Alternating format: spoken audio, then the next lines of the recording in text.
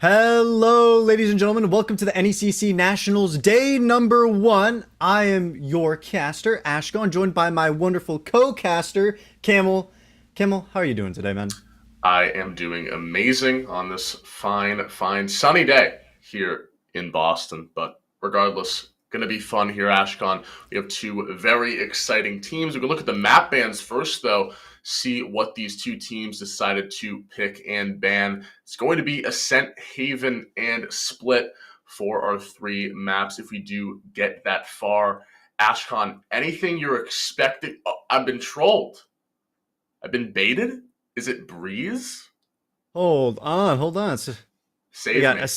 I'm getting false Ascent, info. Ascent, Ascent, Haven, Split. It looks like we've had a little bit of technical difficulties. Disregard all map images you have recently seen on the screen. All No. right, Oh we're no. no, I, no, no. I don't know what to do. It's okay. We take a little bit of a pause. We Hmm. can talk about what we do know is going to be the first map, though, is Ascent. And Camel, what are your opinions on the map? You were saying it is a little bit of a boring one, but I it's definitely a think common one. if I've casted it before, it's probably been 40 times. I mean, really, it's a very common map, and I think it makes sense because a lot of teams are really comfortable on Ascent. It's a good map to play. You have a lot of good strategies, and it's really going to be focused on that mid action, especially with those jets, with those chambers, so common on the map. Opping is going to be very significant in controlling that mid area. But regardless, it's a good first map to start on. I think it's going to be a good first map for SMSU, who will start on attack, really get their footing and their bearings here against a very, very good NKU squad. Absolutely. And so while we wait for those map bans, let's go ahead and actually talk about those squads. Representing the side of SMSU will be the Beast Mod, the Piece of Bread, Woken, Jackson, and Kennedy Sarah. And I believe there's John D as well there in the back waiting for a sub in at some point. And then, of course, we have the side of NKU where Camel, I'll let you take the lead there. Yeah, for NKU, we have a Doctor Isolate.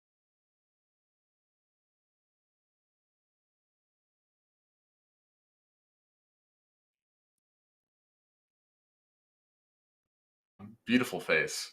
As we see the roster there for NKU, and that's going to be who they will select here for this first day of nationals. Should be a very close matchup because you mentioned it. You were talking about it in the pregame. The records of both of these teams.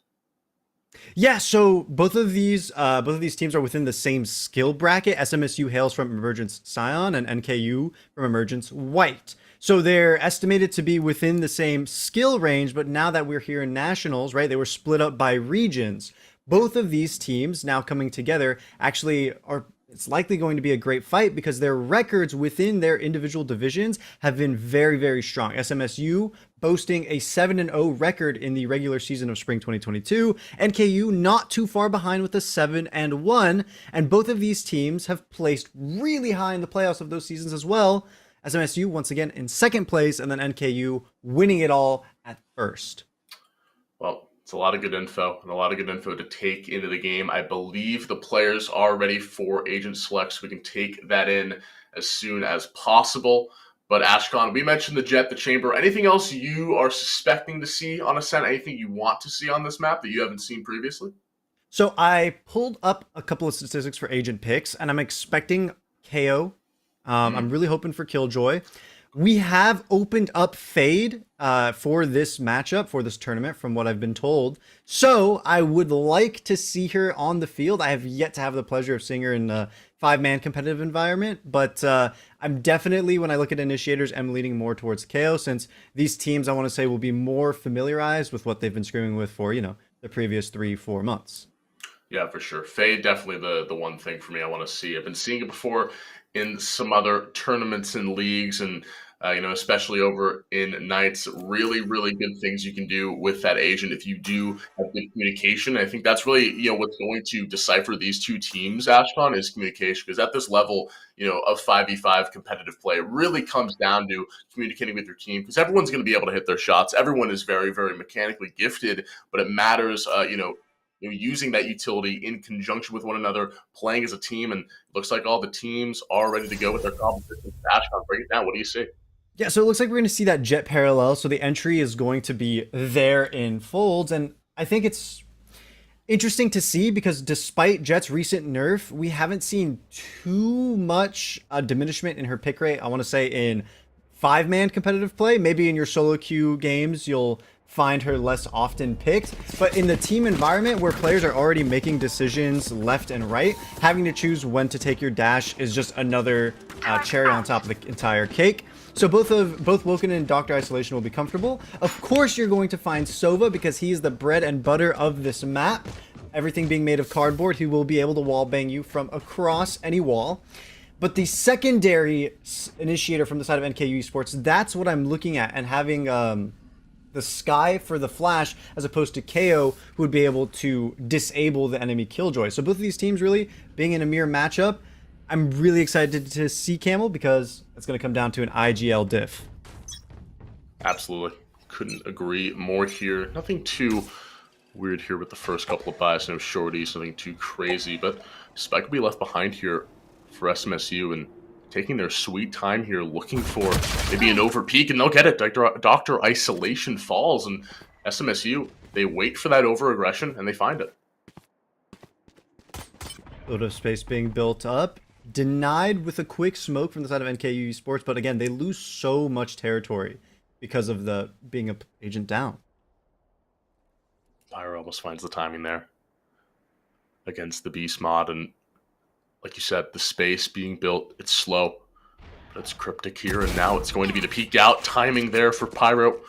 They'll be able to find one kill. Smokes, though, riddle the site here over at A. The dash is in for Woken, who wants this space, who wants to contend. Pyro, though, still lurking over inside of Garden, will finally be taken down by Jackson, who alleviates the pressure, gives space for Kuraka to go inside, but still, it's a stalwart defensive hold, and SMSU now down a member. Jackson in trouble. Tries to go for around the corner, is shot down to 22 HP. Plasma is going to chase him on through, finish the job, and that's going to be the first round in favor of NKU Esports. And it was looking a little bit dicey there, Camel, especially at the beginning with Pyro working alongside Dr. Isolation, or I should say the lack of teamwork there specifically, because Dr. Isolation had walked out straight into A main and basically given themselves up, and despite Pyro having both flashes in the bank, weren't able to use them, and it really put NKU with their backs against the wall. Great first round there for NKU, even after losing Dr. Isolation to start that round off. So now guns will be upgraded. Spectres in the hands of each and every single one of these NKU defenders. And that just makes SMU's life so much more difficult here. And again, it'll be another slow push. You're just trying to look for some frags here. Just trying to look for the plant. Potentially it's going to be Woken.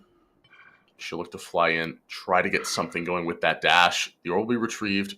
Kuraka 2 orbs away from those Seekers. And NKU, a ton of respect being shown, Ashkan. I think we should highlight that. Not pushing forward, not really giving any sort of look for SMSU to even find a free kill. I think it's great to conserve their numbers, especially after the round one that they had.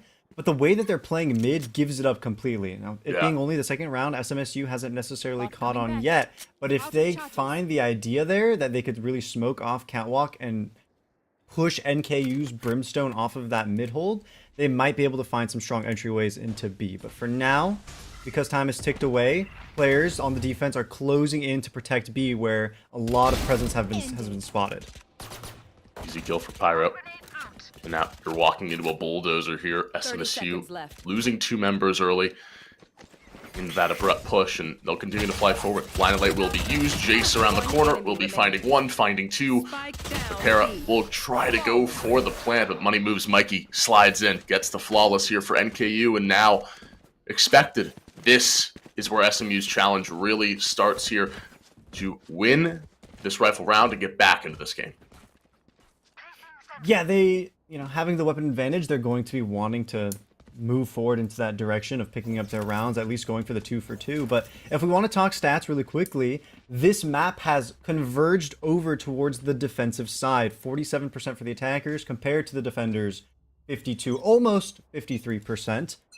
So right now, things are looking into the favor of NKU for this half. Very aggressive. We'll look to go towards A. Smoke will be dropped. Blinded Light used. Woken dashing forward, but she'll be taken down. Dr. Isolation, he's found 2. 3. Dr. Isolation continuing to be insane here over in this defensive hold. Almost finds the ace. The Beast Mod will go for the spike down, but it's a 2v1 opportunity for NKU. An insane defensive hold. This puts Beast Mod in a really bad position, and I think it's an even worse one. Tucking under Hell, where the Spectres will find their strength in close quarters combat, that's a difficult spot to be in. You're held under, you hear a turret being placed down, now you're able to find one. Plasma is going to fall, and the Beast Mod is waiting, jiggling, wants the information, gets it, and clutches up the round. That's 3 for them, bringing them 2 off of the Hunter's Fury. Camel, this is going to do wonders for their score. They're going to catch up, but their economy, not so much. Right here. Yeah, it's in shambles. What a great, great play for Dr. Isolation. Able to find 4. NKU can't convert the round, but the damage, like you said, has been done. Almost see the operator come through there for Dr. Isolation, but I mean, he was in those shots. I'd go to the Phantom, bro. I mean, you're clearly on fire, Ashkan. Oh, absolutely. Let's take a look at the 3 Bulldogs on the side of SMSU. It has been buffed in a couple of recent patches, or I guess they're not so recent anymore, but the stability on it with the ADS is turned it into a pretty decent option on rounds like these. So if SMSU can leverage it to its strengths, then mayhaps they can pick up an upgrade or 2. Woken will be in trouble as a Cloudburst here to play off of. Blinded Light will be used.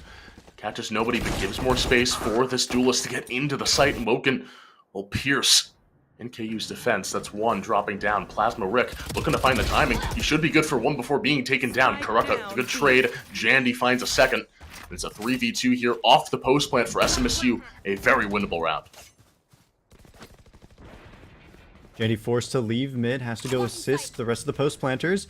Dr. Isolation has an idea that someone might be B main, has the inkling, but the smoke off might actually work against them. A flash is turned away from Dr. Isolation, gets off scot-free, and they're going to take the time to clear, but without a buddy, this could go very, very wrong. No, finds the timing, and Jandy falls. Now it's the 2 versus 2 situation, Camel. 2. Dr. Isolation, so clean, so crisp. He would have had a 3K there, but money moves Mikey. Wants to get in on the fun. It's going to be a pool party here for NKU. Look at their 3rd round. A massive, massive blow there for SMSU. Had the man advantage, but could not convert.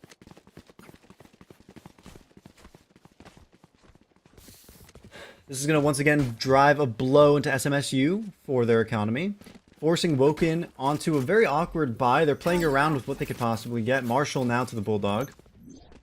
I think it comes down to SMSU not finding a lot of effective information. From these 4 rounds so far, what I've noticed, Camel, is the sky flashes aren't necessarily being used to gather early info, try to get numbers around sites. It just feels as if once there's a slight bit of presence found, SMSU just want to full send. Yeah, I agree. Okay. We'll peek out. Jace finds 2. Pyro adding in.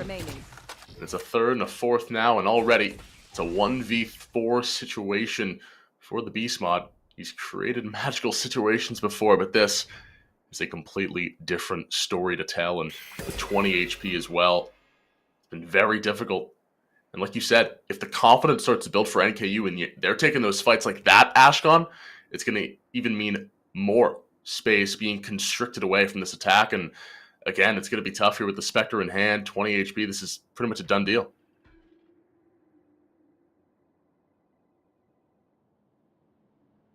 I'm loving this angle.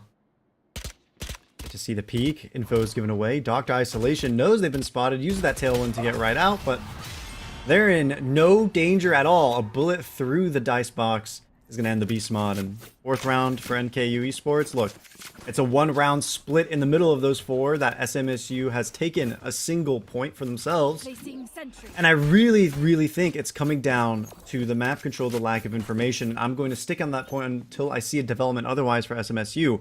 They just need to be a lot slower. Now, when it comes to the tools they have in hand, Jandy being one off the lockdown and the Beast Mod with Hunter's Fury, things could open up here in round number 6. We'll see. It's Dr. Isolation. He's going to look for a dash peek here. Will find the angle, but can't find the shots. Woken beats him to it. And those are the 1v1 gunfights you need to start winning. Those are the ego challenges you need to have the upper hand. And then now, It'll be a bit of an unfortunate situation for NKU. TP will be summoned here for Jackson. Won't find too much off of that. We'll cancel it. But again, we've seen NKU in these 4v5s come out on top once before. So, I mean, this is easy for NKU. As long as they have the mental, as long as they stay consistent with themselves, stay calm, stay collected, shouldn't have too much of a problem. Still an orbital strike and Seekers to play off of Action. That Owl Drone has spotted too. That's a lot of clean information. But another is rotating over. It makes it a third. The orbital strike will catch no one but force the territory back into the hands of NKU Esports. This should tell SMSU, look, reinforcements have come and we don't want to push through. And they're still stalling anyways here in A main. This is a really risky move by Mikey. They swing in. Somehow they're good for 2. They're left with 10 HP and they get out, but not before the lockdown pops. 30 seconds left. Mikey gets away with murder and lives to tell the tale, but now he'll be detained. Jackson's in a really interesting position. Just had to peek there. He would have been able to find 2, but he stays on B. They'll close the door, look to break it instead, try to gain some space here, and they're going to look to go over towards this B site. Is this a mistake, though? 11 seconds. Kara will be able to find the kill. There's still 7 seconds here. Plenty of time to go for this plant. It will be Jandy up against Pyro. A 1v1, a critical round here for SMU to come out on top of. 4-1 in the round score.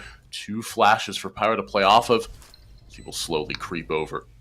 He's got the mind games with him. He'll send the flash to the right. Jandy's eyes go to it. It's all about the timing, all about the space, all about the moves, and Jandy comes out on top. Pyro doesn't expect it. There's a 50-50 chance, Ashkan, and he loses the exchange. That's going to be an extra round in the favor of SMSU, and they really needed that to bring it back. They want to end this half with at least 4-5. Again, very defender-sided in the recent days, so they would be okay, but if they're stuck at 2 or 3, that will be a complete nightmare when the sides swap.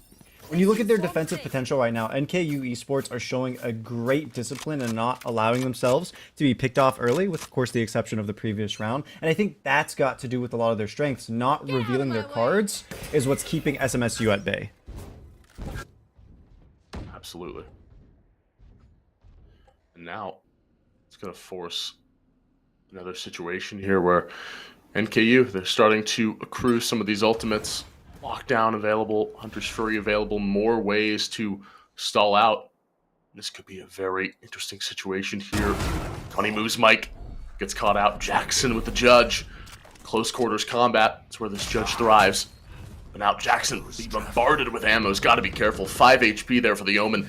He'll be forced to step away. 5v4 situation for SMSU, but still burning off this clock. Looking to get this spike back over towards A, it looks like.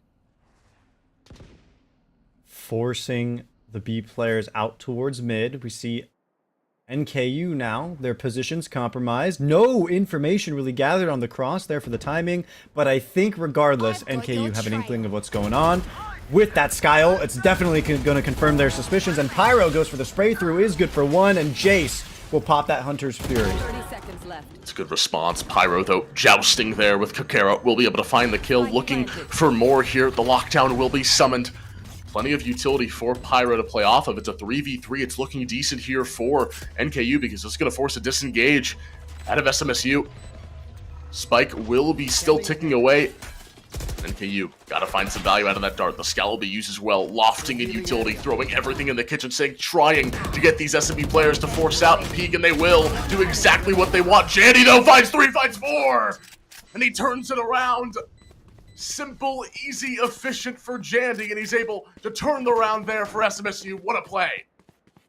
That's a 66% Jandy clutching your round win statistic right there. Of 3, 2 of them, they've been the last alive and making sure that the round gets closed in the favor of SMSU. That means all eyes will be on Jandy from now on, the post-plant player. NKU Esports, alright, they've been doing a good job. They've been denying the site. They've made the attackers burn down a lot of time on the clock before actually executing. But trying to retake, that's now been their greatest nightmare. There you go. Pyro, though, turns right back around, finds that mid kill over towards Tiles, and it'll mean a 5v4 for SMSU. And after that last round, I feel like all the confidence has got to be in their favor, especially for Jandy, who I'm assuming is going to go for every ego peak he can at this point.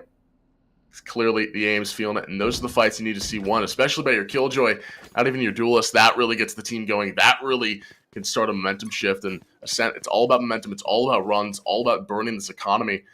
We'll see if SMSU can find another opening. Jackson with the same position this time revealed. NKU, they're not going to make the same mistake twice. But it holds so much space, right? It's such a threatening position to hold with a judge. Now, NKU are denied the ability to rotate through mid from Cat. And so they're going to have to take the long way around when B inevitably gets executed. We see the lockdown popping in about 4 seconds. Sights are being held. NKU are trying their best. Jackson still gets away with murder. Almost a second, but not quite. Jace left alive with 31 HP. Still good damage, though. Now Plasma Rick just searching, looking for info. We'll find one. We'll find a second. We'll force to be back off the site, but there's no time here for SMSU. Remember, the spike's been left behind, and nobody picked it up. That's a bit of a blunder. I mean, now you're just going to lose the round. I mean, literally, NKU just doesn't have to die, and that is sad. That's really unfortunate. I don't know. I mean, is that just that's a calm diff? Ashcon, That is break a it down. Break it down for me, please. I don't know what kind of breakdown I can give you, Camel. I just think that's a certified competitive queue moment. That's like no, I don't want the spike. No, I don't want the spike. No, I don't want the spike. You know, X5, and then everyone throws it on the floor, forgets about it. And that's going to be really unfortunate. And what I want to say that effect will have is strictly mental, right? Because SMSU had leeway into the site. If they brought the spike with them, they could have planted, extended the timeout, and the round could have gone either way. But they put themselves in a corner, and I think if they allow that to eat at them, their performance is going to go down. And right now, I think it is, because they are 5-manning right into a single site, not even bothering for info. I get they don't have a whole lot of money, but this is a really risky play. They are to be woken.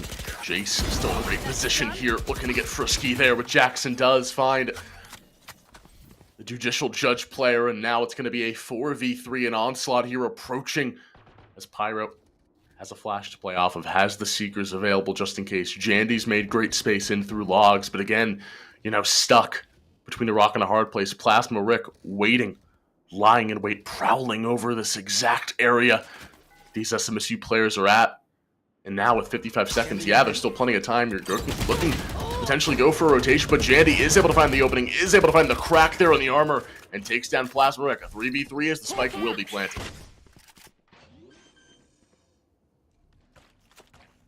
That Brimstone that was holding mid for NKU comes through the market.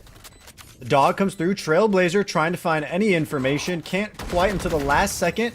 2 of SMSU's players spotted on the same box. A little bit of chip damage coming out by Pyro, but that Spectre isn't going to do much penetration. But what will is Mikey lining up 2 heads with the Vandal, and both get domed by the same bullet. Goes for the defuse, and then even gets to pass it over to their Sky to bring the Seekers back sooner. Clean retake execution there from NKU, and that's the team communicating on all cylinders there, and they'll be rewarded here with a 6-3 edge. And you look at the economy, Ashcon, not good for the SMSU camp, and this is where Ascent becomes a problem. This is where you're forced onto this Sheriff, basically the cycle, and you're never really able to find any space unless you're getting, you know, lucky with some sort of, you know, magical play from one of your star players. But again, it's going to be tough when NKU's not giving that opportunity. I want to say the most success when it comes to a short angle push has actually been Jackson's workup Cat with the shotgun, and it's really surprising to not see it here. Sure, maybe a judge isn't as great as a Bucky, or excuse me, vice versa, but it's still doable, completely viable, and working it up with the Sheriff instead. I don't know if this is the move.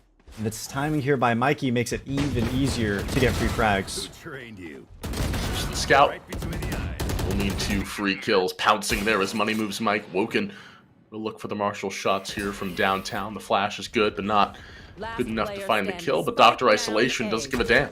Already through mid, already finding the kill. Jace will fly forward, take down the Jet 7-3, and now SMSU need to stay composed. This is where they can turn this back, get a 7-5. You have a couple of ultimates coming up soon. Potentially there's a way to turn this game around. Ashcon, what do you need to see from SMSU to find a site take? All they want is one more round, and I still think it's coming down to lack of information. Both rounds, last 2 rounds, they had a little bit of a weaker economy, and they just ran things through. It's essentially like they're handing away their low buy rounds on a silver platter to the side of NKU, and that's really what's biting them in the butt, because if they really took their time, they could at the very least chip away 3, maybe even 4 guns, because we have seen them do it. It's gonna be a kill. Oaken flubs the dash. She'll fall. And now the duelist is gone. And this was your buy round. That's a gun just lost in the darkness. And money moves Mike, making big ones there. He's able to find the duelist, and now more information will be gathered off of that drone. 3 are spotted. Money moves Mike takes the peek, takes the edge, looks for more, can't find the kill yet, forced to back away. The convergence is coming in here from NKU, looking to pounce, but Jackson able to trade things out, finally takes down the lurking Money moves Mike, who's making life difficult there with a thorn in SMSU's side, but continuing, going back mid here, looking for more. 4 versus 4, but make it a 3 versus 4. Jace was pinned, isolated from the rest of the teammates. There's not going to be a refrag anytime soon. And Jandy is going to continue their hot streak in this 11th round, finding 2 for themselves. Pyro, the last one alive, has enough utility to at least isolate 2 more players. But the positioning is just too strong by SMSU. Look at their post plant right now. 2 in the back of Boathouse, and Sky pumping up the Trailblazer, getting free info that no one's approaching from CT. The door break confirms that suspicion, and so pretty much Pyro is revealed and has nothing to work with. It's a very difficult round for Pyro to come out on top of, especially considering how SMSU were playing very conservatively. All 3 collective on the site here. Pyro will look for the peak. We'll find the first kill. Kakero will fall. More damage being issued. Will be able to find the second kill onto the Beast Mod. Makes it close, but Jandy is there. Really has been the consistency that SMSU have been looking for. Only player here in double figures. As the prophecy foretold, goes into the favor of SMSU due to the superior positioning. But I'm surprised that there wasn't an immediate 3-way crossfire onto Pyro as they were entering into the site, because they were making so much noise, right? Yeah. Walking towards stairs, and it was still only 1 player looking straight at them. It was Kennedy, who was turned in that direction. The other 2 still looking at lane. So I think you're right when you say that there's a lack of comms for SMSU in some of these executions. Get out of my way. Whether that's trust, whether that's just a unfortunate situation. This might be red. Woken looks for the double updraft. I'm not sure if they were actually watching that. That was could have been interesting, but regardless, it will be the Hunter's Fury being primed and able to take down that lockdown. Woken will look for the play up top, finds Dr. Isolation, and now you're in a 5v4 on the last round of play, and you see the bomb is actually over towards B. It's a bait and switch for SMSU, and it's worked out flawlessly. Money moves Mikey has been showing a lot of map control. Whenever they get the opportunity to push mid, they do. This round is no exception. But what an awkward position for both teams. They're gonna find these players. Give me those back. Jace, look for 2. Finds 2. So simple, so good. But now they get 3 on 2 on site. It's a Fiesta Camel. Jackson is going to find one from the back of Boathouse. No, you're caught with your Hunter's Fury. The Beast Mod will fall. Money moves Mikey trying their best to retake. Is able to whip around. They are both one shot between the 2, Omen and Brimstone. Who's going to be the controller player out on top? Goes for the fake defuse and lands the kill. But I don't think they have enough time. He's got it. Oh! What? What? No. 0.05 seconds, Camel. That's what Nationals gives you. Gives you these high pressure, high intensity situations. And it was just a back and forth. It was the bait and switch. It was the space that NKU created up through B main. But again, they weren't able to find the round. I mean, just back and forth. SMSU claw their way to 5 rounds. You said 4 was the benchmark. They were able to get 5, and now they move to a defense here with Jandy playing like he's playing. I'd be scared if I'm NKU.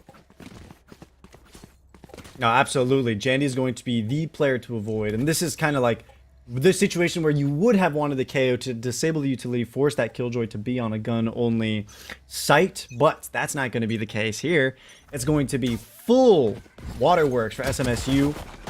And it's going to be a full push into the A main where all hell breaks loose. Forced to dash away. The frenzies mow down each and every single member of SMSU that they spot, and it's just too easy. The overarching monsoon of aggression, easy for NKU, and now they're gonna 4v2 on the site.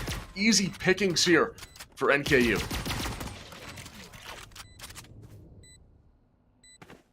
He needs to get any sort of information. Can hear one, but space is denied immediately. That nano swarm doing numbers right now, even if it's not doing damage. The second one, ooh, doesn't land necessarily where they'd like. Jandy's going to fall regardless. It did the job. Distract those players that are on the defense trying to come in for the retake so the rest of the post-plant squad can mow them down. Exactly what happens. Frenzies come out on top once again, Camel, and it's going to be the round 2 buy-up, as we always see. Communication depth. I mean, really, it's been times where, you know, SMSU have failed to peek off each other's contact, and there are times where NKU's like, all right, guys, everyone buy a frenzy, and we're going to go A, and we're going to absolutely poop on them. And that's what happened, Ashcon. So, clearly, it's a team that is, in my eyes, played more games of Valorant together and clearly are more comfortable with each other's play styles and now playing off each other's aggression, playing off of this Sova utility, which I think NKU have done a lot better than SMSU, now looking to go through mid and gain more space here up towards the A site. Jackson sees the vision, immediately goes to the rotation. NKU Esports are penetrating into A site. They get the plant off. No one is there to resist. Pyro has an amazing spot outside of the door. And so too does the two post planters, the two Molly characters out in A main. And from the position on the minimap, it looks like the nano swarms are ready to fly through the air. Drop down the Spectre, gonna be so powerful here for Jason. Dr. Isolation, Jace rounds him up with the 3K to boot. It's a flawless there for NKU, exactly what you're expecting. SMSU, we're just looking for some frags there, couldn't find anything, but now you shift yourself over to your rifle round. This is where you have to calm yourselves down. You get a good strategy underway for how you're going to lock down this A and B site. What's really scary here, if you're sitting on the defense as SMSU right now, is Jace, because you can see how close they are to the Hunter's Fury. So close, in fact, that they could pick it up this round if they wanted to. And there's already a large post-plant threat between Brimstone and Killjoy. That same issue is just going to be multiplied with an extra ultimate on top. Drone spot's good info there for SMSU. Dr. Isolation tagged a bit, but he'll still continue his march forward. Towards the B site they go. Dash there for Dr. Isolation. Doesn't have the bomb though. Jandy in a decent spot, but he's been flashed out. He's been forced to back away off of his CT position. And site's good for NKU. Great way and great setup to set up that utility with the blinded lights and get that site control. But how do they play this 5v5 post plan? How does the retake look for SMSU here? It looks like it's going to be pretty weak if Jace can find this flank around into the market. He's able to find it. They're whipping the knife around. You need to have your gun out now, buddy. You're able to find one. You find a second, a third. The spray down is just unstoppable. The jet's already low. And SMSU, their dreams are shattered, but not completely diminished until it is when Jackson hits the floor. Where's the communication? We're getting shot at here. It's some friendly fire. That's more friendly fire than anything else. Jace was shooting for so long and nobody turned around to trade. Jace finds 3 before being traded out. That's a Spectre. Ashcon, I mean, again, it comes down to the communication. It's that simple. Absolutely. And again, this was SMSU's problem on the attacking side, map control. And it seems like on the defense side as well. I mean, to let an NKU player lurk for as long as they did in mid, that really was their own downfall, especially on a round like that. Oh, well, now they're just going for broke on this save round. Aren't even able to find one. Jackson here going to be taken back over towards tree. He's smoked off. He has no vision.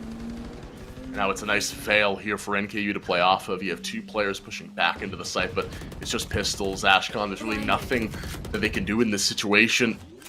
And again, it's the consistency, it's the aggression of NKU. Yeah, use your Hunter's Fury on a save round. Who cares when you're playing better than these guys?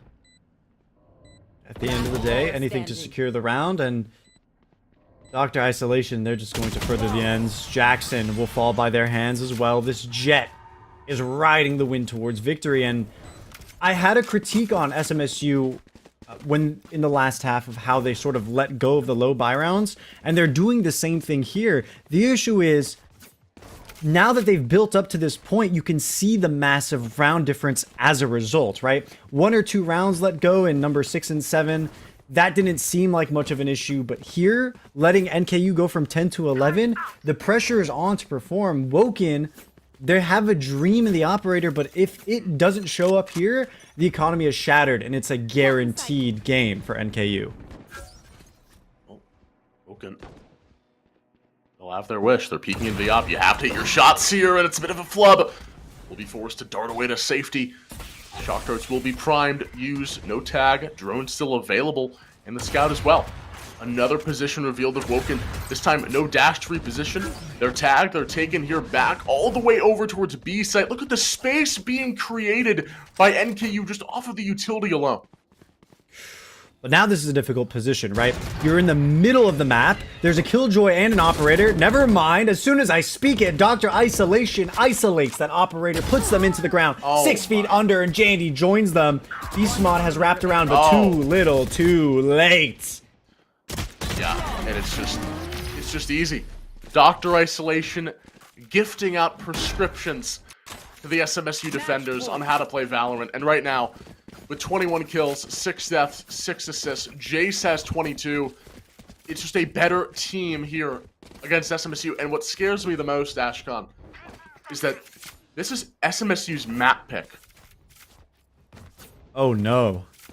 Oh yeah. Oh, Oh, no. yeah. Oh yeah.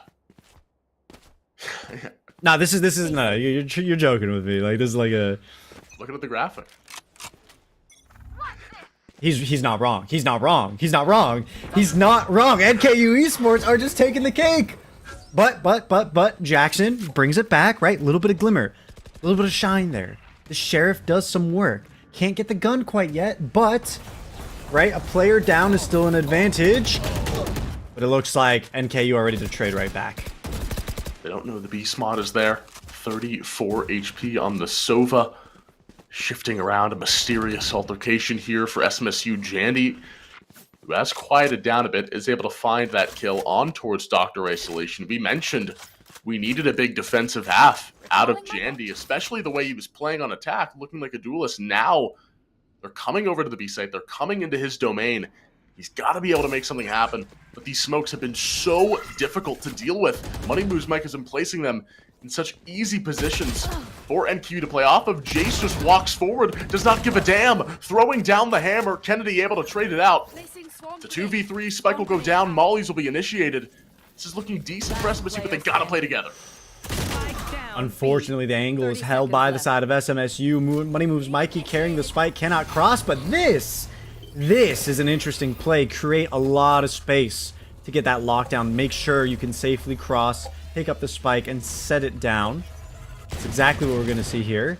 As soon as it triggers, there you go. Plasma makes the move, tries to get right back in, has a little bit of a scuffle with their own turret, but that's okay. They still have enough time to plant. The issue is being 2 body shots away from death. Well, they're really holding on by a thread. Luckily for them, Jackson's only got a sheriff in hand. What are the odds they hit the shot? Very tough. It's a fast peek. Plasma Rick can't readjust, and Jackson will take the kill along with this 6th round for SMSU. Still light at the end of the tunnel, but it's going to be a very, very long, arduous journey for SMSU, as now they'll have to win 6 in a row in order to get this to OT, and it's again just seeming like you need to get someone to just pop off because the communication, the utility usage, everything has been textbook for NKU.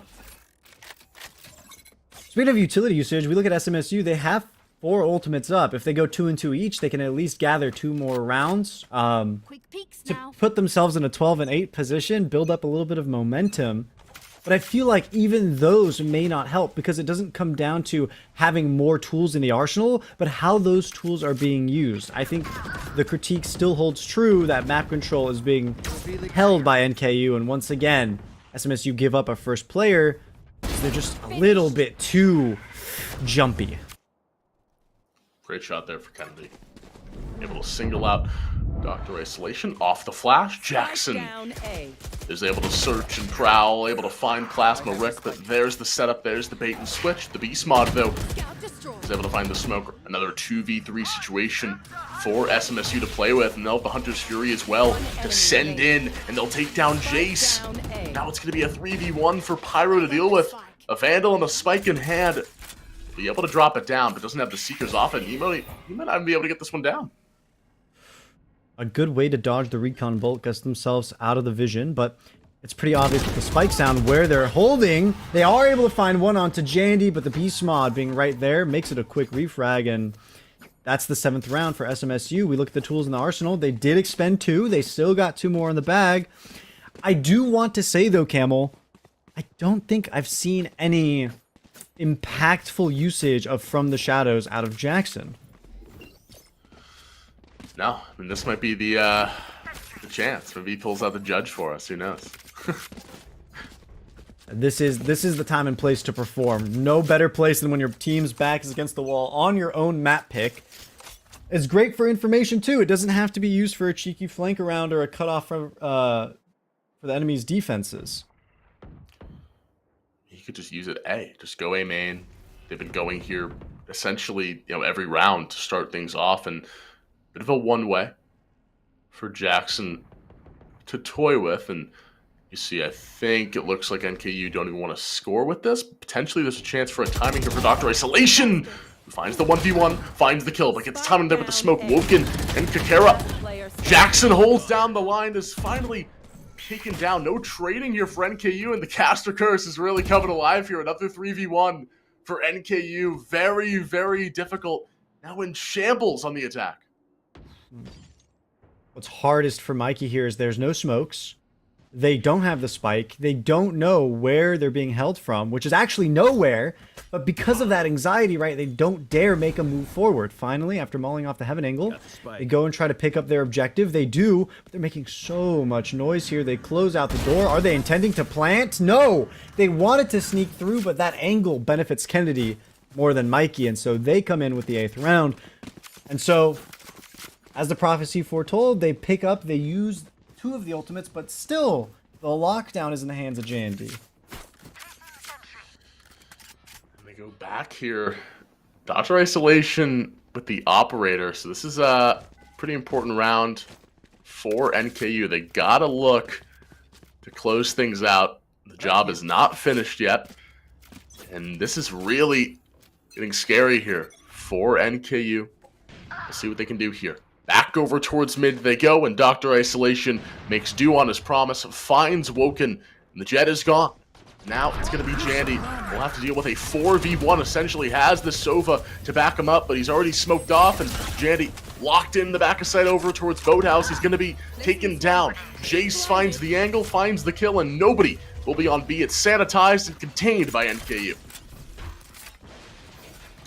On top of having a great entryway into the site, the Seekers are available to Pyro to get information in their post-plan hold. They have their jet all the way in spawn, hosting the long angle, making sure B main will not be compromised, and this ensures that NKU will only be approached by Market and CT. Market gets ulted, and Mikey takes a swing to make sure that Beast Mod is completely flushed out of this round.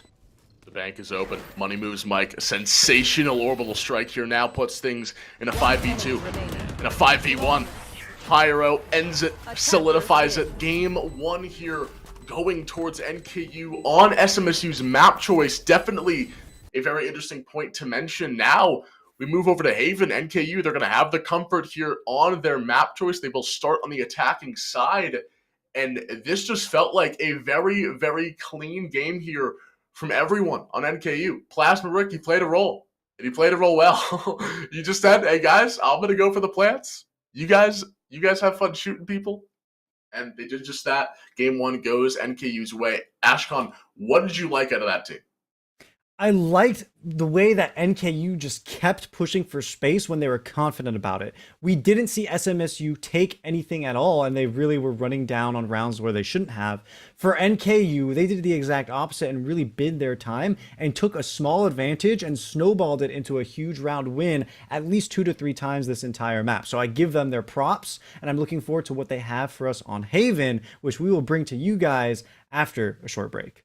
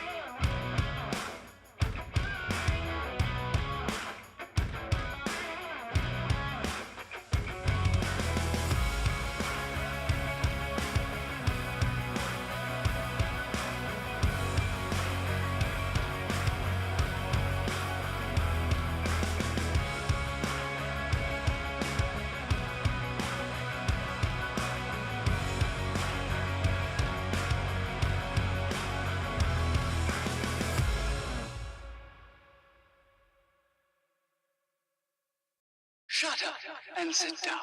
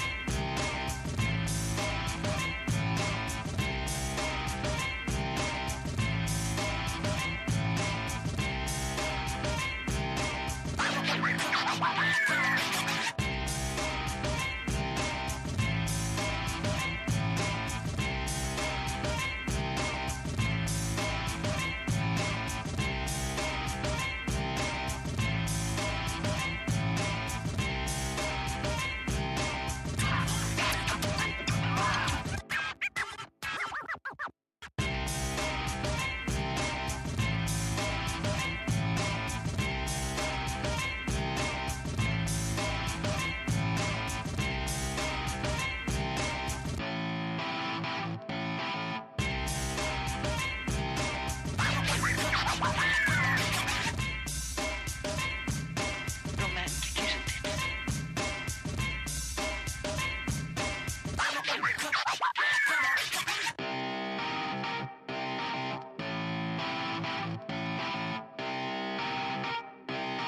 Shut up and sit down.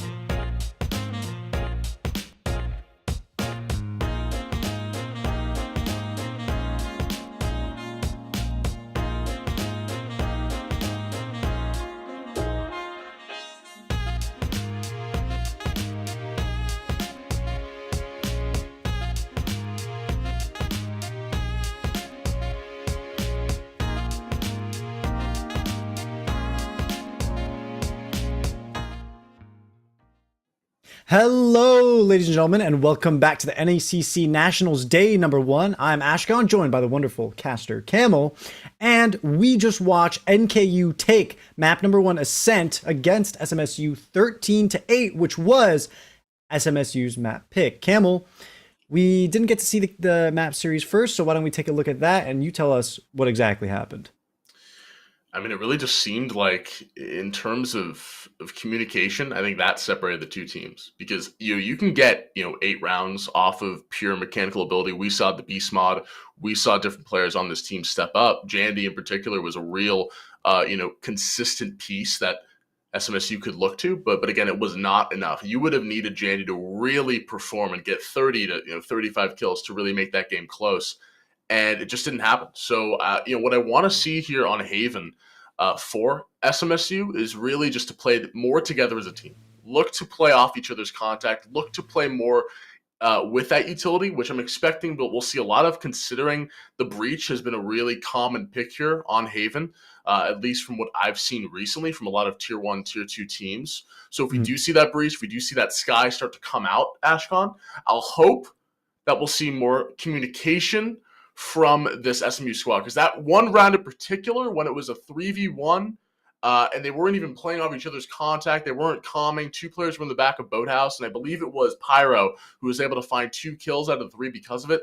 You can't be having those guaranteed rounds turn into 1v1 clutches. So hopefully for the SMU fans there in chat, we'll be seeing more of the communication and more of this team, because this team has a lot of great talent. It's just about using that talent in conjunction with one another and not trying to play a solo game, not trying to play hero ball, if you will. Understood. And for SMSU, another something that they can look forward to is they actually will be starting on the attacking side. Now, recently, Haven has sort of been converging into a more neutral map, but still remains that sort of symbol of an attacker's sided map. So they will have the options to take the lead in the first half if they get that right agent selection. And as you said, Breach and Sky are something to be looked forward to. Absolutely. So we will be heading into agent select here. Potentially we'll see a Neon. Neon also tremendous pick on this map. That is a fact, I know for sure. The Neon, the Chamber as well, we see that coming out for Dr. Isolation, who pivots here off of the Jet, going now to the Chamber. And we'll see Jandy go right back over to the Killjoy here for Haven. Interesting stuff. So now you're not probably going to see a Chamber for SMSU unless they do something really weird. What do you think about that, Ashcon? Do you see Chamber as a must pick? Do you like the creativity we're seeing from SMSU? What do you think?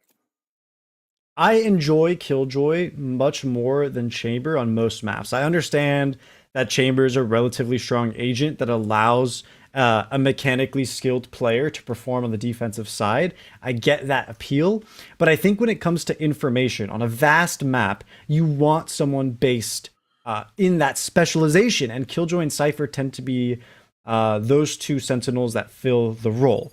Now, Cypher, needs a little bit of love. I understand why Jandy goes for the Killjoy, and also we've seen the lineups that Jandy has, and I think that's really going to be an important point for them, is SMSU, if they're able to play for the post plant when they're on the attacking side. Looks like we'll see Jackson here locking that breach that we were discussing. So it's going to be the Breach Sky, going to be the double initiator comp. You have the KJ for defense. You have Woken here. She'll be piloting the Jet once again, most likely looking for that operator, but again, we'll see. But I think you're doing a disservice to your team if you're playing Jet on Haven and not using the op. There are so many different angles to cover over, from C long, A long, etc. It'll really make things difficult, especially for this NKU squad. But fortunately for them, they do have a plethora of ways to deal with those operator users if that scenario does come up for them. But it looks like on the pistol round, we'll see what NKU want to do if they have any tricks up their sleeve. Taking their time through mid. I mean, having an all utility-based team, well, seems like an amazing option. Make sure that they have control of the map all around. Plenty of utility to get yourself the information you need. They do enter. It's a fast B take, but Jackson on the defense is still more than ready to retaliate, and that's 2 under their belt. Massive flash there for Jackson. Will finally go down 7 HP for Plasma Rick. Will reorient himself to get this plant down, but the Beast mod is watching over from window. Does Plasma Rick know it? Seems like there might be a calm about. a player in through grass. So he'll look to watch over, but this is such a difficult situation for NKU. Every angle, hounded, surrounded. That scout hit Viper. That could have been a kill. Plasma almost could have went down. The Beast Mod will use his first flash. Money moves Mike, able to find one, able to find two. Somehow, some way, this is actually a 2v2 situation. Pyro gets peeked out. He'll be taken down. And Kennedy finishes it off there for SMSU, who win that first pistol round. Great start here for their eco and for their morale. NKU really broke my expectations there. I was thinking that maybe they get a pick in B, back off, reset. Maybe they work around a little bit of space towards A as they work B in parallel so that they can have an option. But no, it felt as if they kind of boxed themselves in. And it makes sense that you want to play the close angles on a pistol round. But on the B side specifically, when you can be surrounded by 3 entryways, which is exactly what happened, you're essentially asking to give the round in favor to your enemies. And so SMSU, they're more than happy to take up that offer and put themselves ahead in terms of the economy. Like you've been harping on, there's no duelist comp. You have to perform here with your utility, and we've seen that before. Let's see if this is a good trade. Only one for Kennedy. This could be big. A Spectre will be retrieved. Jackson will spray forward and will not let go of his left click button. Will be able to find 2 kills because of it. Jandy loops around, takes down Pyro. Money moves Mike, puts the moves on there, and will be elusive and quick. Departing from the engagement, back with the shorty, looking for another cheesy kill. Oh, and Jackson almost goes for it. There's the peek out. Money moves Mike, able to find Woken. And again, the hop, skip, and jump. Just baiting, toying with them at SMSU, but he's finally taken down there by Jackson. The Aries coming up clutch there for the breach. 2-0, but again, 2 frags, decent damage for NKU. That's such a tilter. I could not handle having myself and 2 other teammates sprayed down through the wall by an Aries. Especially with the history the Aries has had with being an incredibly powerful and now an incredibly weak or perceived weak weapon. Oh, that's gotta burn. But for NKU, they're back on board with the rifle. So at the very least, they should be able to pick up the first round here in number 3. They should. Again, we've seen crazier things before.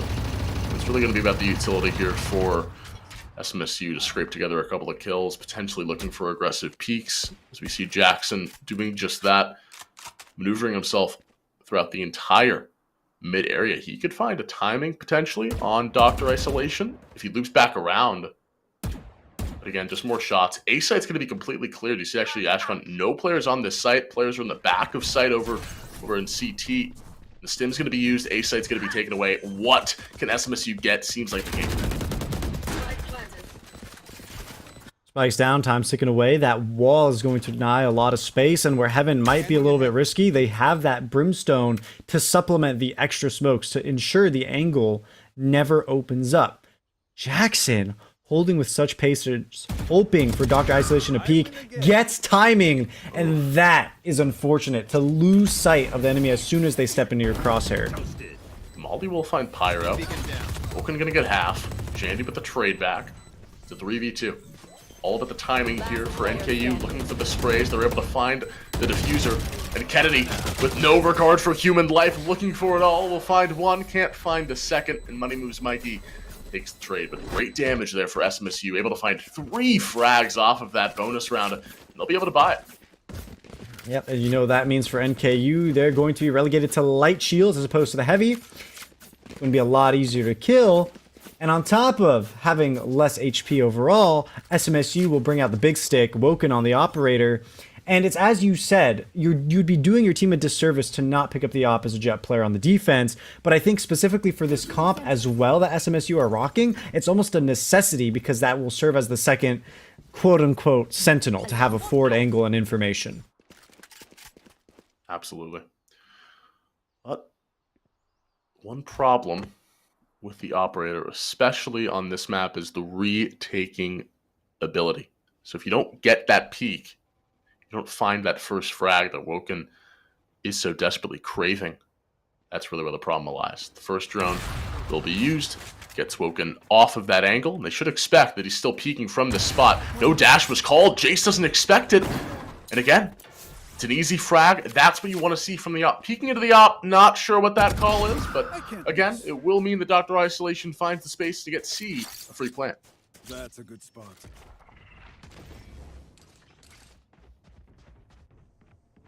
4 versus 4, really waiting on that spike to get planted. 2 players on the side of SMSU ready to procure information. A third popping the ultimate, but somehow Dr. Isolation escapes the treachery of being stunned, gets away, and that's going to force SMSU back. They're too scared to push forward. Pyro gets Jandy on the timing, and this retake has fallen apart. Completely. Orbital strike available, and they're going to use it. They're going to force these players back in through CT. Money moves Mikey, should expect it. He's got a molly, and he'll cover CT with that. Viper Wall still a possibility. Smokes are going to be riddled across the site, and this is going to be a complete save for SMSU. Great strength there for NKU to hold down the line, play off of that one pick from Dr. Isolation. That's all they needed, Ashcon. One pick from that chamber got them that site take. They were really forced here to save that operator, having lost the retake, and that's what's so difficult about taking a gamble on the big stake, is that if you're forced in the position that you have to go and retake the opposite site, you're likely not going to be finding much value, especially when the rest of your team falls, and so they want to move into number 5 with a little bit of an advantage. Of course, the operator is going to bring it with them, and so they save, they back off, and as long as NKU is mindful of where that operator may be, if they take the time to find the information, they'll be okay, and they have more than enough pieces of utility to do that job. Ooh, okay, so they're going to force here with the operator. And again, the op back over towards A. Jackson, space as well, finds Dr. Isolation, will get a gun upgrade. He's got Kennedy to back him up as well. So the early aggression for SMSU comes out in full force. And again, it seems like NKU don't really have a good idea of where they want to go every round here. Now they're going to look towards B. This will be their target. Last time they went here was a decent exchange. Orbital strike will be used here. The Beast mod trying to gain some space back, but he gets taken down by Jace. Now these guns are going to be very difficult to push in through. And again, Woken on this op looking for a retake. But again, you're smoked off. It's going to be tough. That operator shot almost connects, but the timing just not quite right. Immediate reveal, Woken's position compromised. Their teammates are falling, but Jackson just staying alive, barely finding frags. Plasma goes for the re. And Woken, they want absolutely anything to try and get a single frag to get rid of the Vipers, particularly the goal, so at least they can find lines of sight on the other two, but doesn't seem like it's going to go their way. Time is ticked away too far. And it looks like Spike's ready to explode. Just gonna run away. Maybe they can save these guns. They can't even do that. They'll be taken down. Pyro is there regardless for those kills. And 3-2 will be the result there. After those first 2 wins for SMSU, NKU soars back, gets 3 rounds of their own, and Dr. Isolation, he'll be going for the operator on attack here. And I mean, I think Ashcon, to make it simple, I mean, if you go C, you know, plant for long, you have all of this utility to play off of. You have the mollies, the snake bites, the shock darts. Who's to say that can't be the idea? Essentially every save round. I'm surprised they're not actually just full rushing C. What do you think? Anything else you want to see from this all utility team, no duelist team? I want them to take a lot more time. I want them to build the anxiety in SMSU. They're doing a great job of full executes towards the middle of the map, but on the side swings, even that utility is still effective, but there's no anxiety built up for SMSU. There's no finding a frag and resetting, and that's where I feel like they could specialize in a little bit more. Yeah, now, looks like Garage will be the target. They know one player's inside of here. Pyro with this Vandal in hand goes for the pre-fire, gets taken down. Now you're in a 3v3. The Vandal will be retrieved here for Woken. Could be a potential round if they're able to find space for the Jet, but there's a smoke here. There's no dash available for the Jet to reposition. You have a scout to play off of, but again, you're just walking into the meat grinder here of NKU's overarching control of C, Garage, everything in between. The nooks and crannies are covered, and Ashcon, this looks to be another NKU round win. Now the question is, will Beastmod be able to get out alive? No, they got more than enough space. Never mind. Okay. I didn't mean to do it to him like that. I didn't mean to curse him like that, but Dr. Isolation had him isolated. True to his name.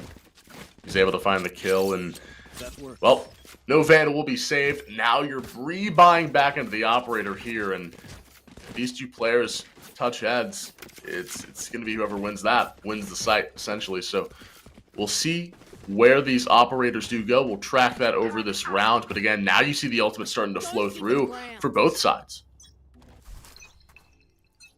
That's what I wanted to talk about, is that I feel like despite having a very utility-based team, it feels like NKU aren't even taking the time to kind of farm orbs. If they have one in front of them, maybe they'll go for it, but even that doesn't happen consistently. And they're kind of losing out on the potential there for the post plants. Not to say that they're having a hard time holding the post plant. Of course, that isn't the case at all, but it just feels like in terms of efficiency, there's just a little bit more that they can do. But then again, look, if you're already winning, you don't want to reinvent the wheel. Found one. Majority of those players off of C rotation looked to be the call, but then they sent it back. Sent the op back over towards C long. Look at the space. Nobody's actually watching B site, actually. Nobody's in the general area. Nobody's in C link. Nobody's in A link. Nobody knows if the site's being taken. So this should be a clear idea for NKU. Smokes will go down. Stim is there. Plant will be good. I wonder if there are mollies for this, because now you have to deal with a 5v5 retake. The lockdown will be nice, but if you're NKU, just get off the site. Play the lockdown. It's destroyed. Great here for Jace. He gets rid of it, but they're going to actually flood the site easy there for SMSU. It's a great counter, but they got to get off the site. You see where the Viper's going. Has those lamps available. Has that op as well. Jackson will be able to find one. Almost a collapse there for Dr. Isolation. He's got to worry about up above as well. The Rolling Thunder will be primed. Jandy looking for the defuse. The mollies were sent out. Woken able to find that first kill with the op. Jackson able to find the second. And the mollies don't mean anything. And a bit of a flub there for NKU. A bit of a miscommunication. Only 3 players got off the site. Ashcon, tell me about it. Yeah, that's exactly what happens when you don't go for that initial pick. That's exactly what happens when you don't get your information and you don't spread out across the map.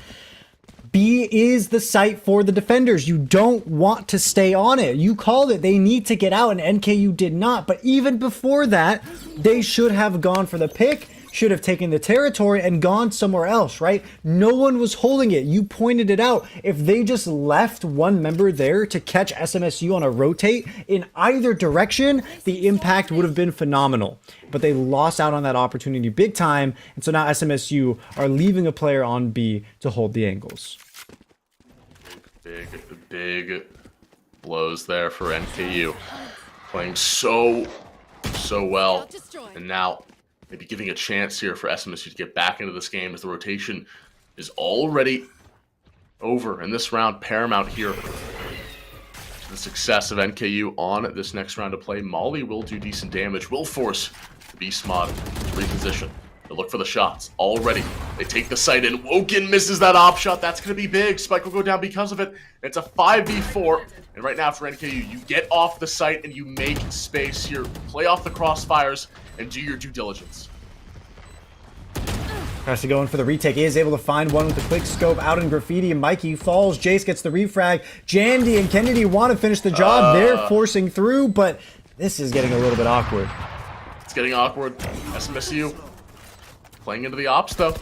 It's a 2v2 situation. Wall is up here, looking for the peek out as Jackson. He'll be taken down. It's a 2v1. Swing together, and they'll frolic through the flowery fields. NKU scraped together that round, but again, it's the same sort of mistakes. You're getting clutches there from Dr. Isolation and Plasma, but that's a winnable round for SMSU.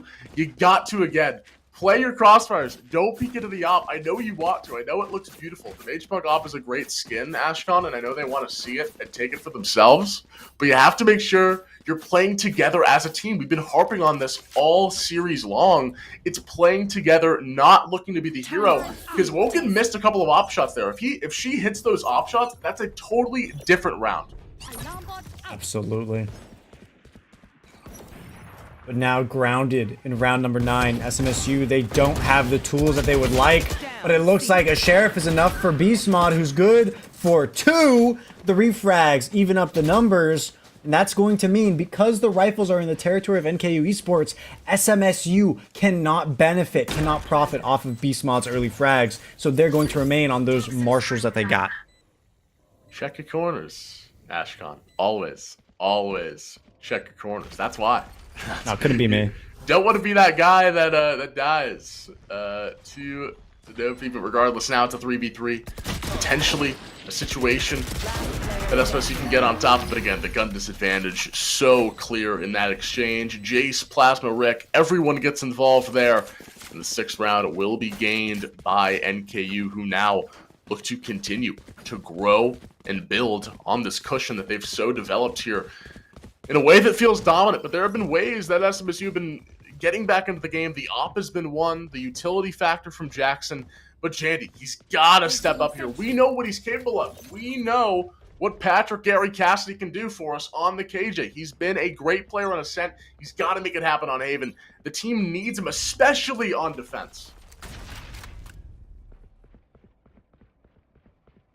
A slow start to this 10th round. A lot of attention towards the A site by NKU. And Beast Mod is alone. They have no one to complement this angle. They're going to be cleared out. That's not going to be a stun going through, but a forced retreat. They almost perish. Plasma just can't connect the bullets. It's more than enough to convince SMSU to bring in a third. Their jet operator from CT holding in the entryway through long. That's more than enough to tell NKU that maybe they should reset, especially now that Jace finds an initial frag into garage. And you look at that mini-map, there is no control on C. SMSU have given it up completely, and the spike is going to go down in a few seconds. Yeah, they did the spike a little bit earlier than anticipated. And now, flashes there. Money moves Mike. Takes himself out of that engagement. The operator now on this retake. All of the smokes here, the gunk that Awoken has to go through. Jace finds 3. Jandy able to trade it out. Jandy finds 2. Jandy's taken down by Plasma. The op is peeked out. Dr. Isolation expects, anticipates, and fires. Long-range logistics for Dr. Isolation, who gives NKU the 7th round here for themselves. And again, building on this lead, and they still have 4 ultimates to play with. And it's really a breath of fresh air to see how dominant of a lead NKU can take without a duelist, right? We see that, all right, Haven has been a predominantly attacker-sided round, and people had the idea in their minds that Jet was essential. Jet, Neon were the stronger picks to build up that space and get forward territory for your support players to end up coming in and refragging you. But NKU, with how methodical they've been, are really reaping the benefits of taking only utility-based characters. Smokes are here. He's actually on this C site, though. The flash is there. Garage will be controlled now, or at least the opening of it. Shots move in. Plant will go down. Looks like they're going to play for long. They're watching over this flank. Off shot. Going to be there for Dr. Isolation. Gets the flick onto Woken. There's the blind light being used. It's a bait and switch. Jace takes control. He's not the one flashed. But again, it's a 5v4. They're going to have to deal with this flanker. As soon as they get rid of the Beast Mod, that will be what they need to solidify this round. He's really the only problem that could damage this NKU attack, that could damage this retake ability. But again, he's been taken down. Now it's a 5v1. And Kennedy, what can you do? Nothing. Flawless there for NKU. The usage of the Seekers there by Beast Mod, I don't know how I feel about it, really, Camel, because the direction at which the Seekers approach the enemy team is heavily reliant on where the Sky themselves pop the ult, right? And so being down at C-Long funnels them all into the crosshairs of Jace for him to break all of that 7-point ultimate in a single spray down and walk away unscathed. To play the retake from that angle, the Seekers need to come out a lot earlier from a different position. Unfortunately, SMSU does not benefit at all. And they won't even have the ability to pop that ultimate in this final round, where already NKU takes the lead once again. Here they go. The motor continues here. Jackson looks to take some control with that Marshall. Hunter's Fury will be primed and ready. Orbital strike as well. Everything being used and more for NKU to take control of the site. C's been the target nearly every round. As soon as they realize, wow, this is pretty easy, let's get these plants down, and they will. Again, planting for the site. They'll all stick on it. There is one flanker, but Dr. Isolation, he's watching over this. He should have the shot. Lands it, Tour de Force, forcing its way into the final round of the first half, excuse me. And we move into the second one with a 9-3 scoreline for NKU. That's a 6-round difference. And look, if their attacking side is any indication of what defense will look like, it means SMSU has a lot of work ahead of them. With so much utility to kind of forage through, yeah, it's going to be a difficult time. I do not envy them right now, Camel. We're going to need another battle KJ performance here for Jandy. We saw what he did on attack, on ascent. We're going to need to see that on Haven right now, because it is, you're looking for more help from Moken. You're looking for more help from Jandy. Someone has got to step up here. And it starts with the pistol round. This is the most volatile round, I feel like, in Valorant. The one that can really change the game on a dime. It will be the utility. Everything being used to get into the site, but it's a narrow pathway to work through. And Dr. Isolation, he knows that more info off of that drone, and they're just walking into the crossover of Dr. Isolation, who squares away to find two. Jace doesn't have to go down, but you're still at a man advantage with the KJ so incredibly low. Launching smoke. Smokes go through. Position needs to be reset. There's a brimstone on the flank. Mikey gets to go ahead and jump through the window, clears out the entryway into garage. That's going to enable their Viper to push up. It's going to end up being some form of crossfire. Plasma finds the first. Mikey trying to find the second. They do hear their counterpart moving, and Kennedy is going to fall. That's a 10th round. Entering into the double digits is NKU Esports, and they get to move forward into the economy. They get to snowball this into likely an 11th round, and Camel, it looks like the opportunity for victory for SMSU is slowly diminishing. Yeah, I'm triple saving. I'm looking for an op from Moken. They're going to buy, so it seems like they are playing off this round. If they lose this one, essentially, they're going to look to play for OT. It's just a really awkward Walmart buy here. Everything, really, that you could get is going to be purchased, and a couple Stingers, a Spectre, a Ghost, whatever they could really forage together will be the name of the game. They're going to walk right into the B site unannounced, and they're looking for kills, and they'll find the kills. They're going to find everything. Plazaric, though, is able to find one kill over the trade back. He's got some mollies to play off of, is getting spammed from Jandy, but he reorients, repositions, and is able to find 2 kills before being taken down. A toxic push for SMSU results in all the kills they need to potentially win this round. I don't think so. That headshot is so clean. Now they just got to find 2 more. The Beast Mod is actually going for the aggressive angle. They're lined up together, them and their buddy Kennedy. Oh! Lands the second, but the refrag is just too swift. The angle just not isolated enough. The cutoff not close enough. And they bring it back. If he goes for the if he goes for the Beast Mod first, there's a world. There's a world. There's some other dimension that he gets those 2 kills. But again, great pivot from SMSU, I think, to go for the buy. NKU did not look like they expected at all. Which is definitely something you should have in mind, right, when the enemy team has their back against the wall, because this is a huge round break in the economy. 4 Bulldogs for SMSU? I mean, they're going to be able to bring this to multiple rounds in the future. Jace, that's disgusting. That's so disgusting. Shorty supremacy for NKU, and now it's a 3v3, and they're going to push into the A site, but again, you could find another kill here with the Shorty if Pyro gets fortunate enough to hear that spike go down. All he has to do is peek out off the contact. He's got a pistol, actually, so can't do that quite yet. Will look for the shots. The Bulldog is good for Kennedy. And now with the plant going down, CT will be blocked off due to the molly.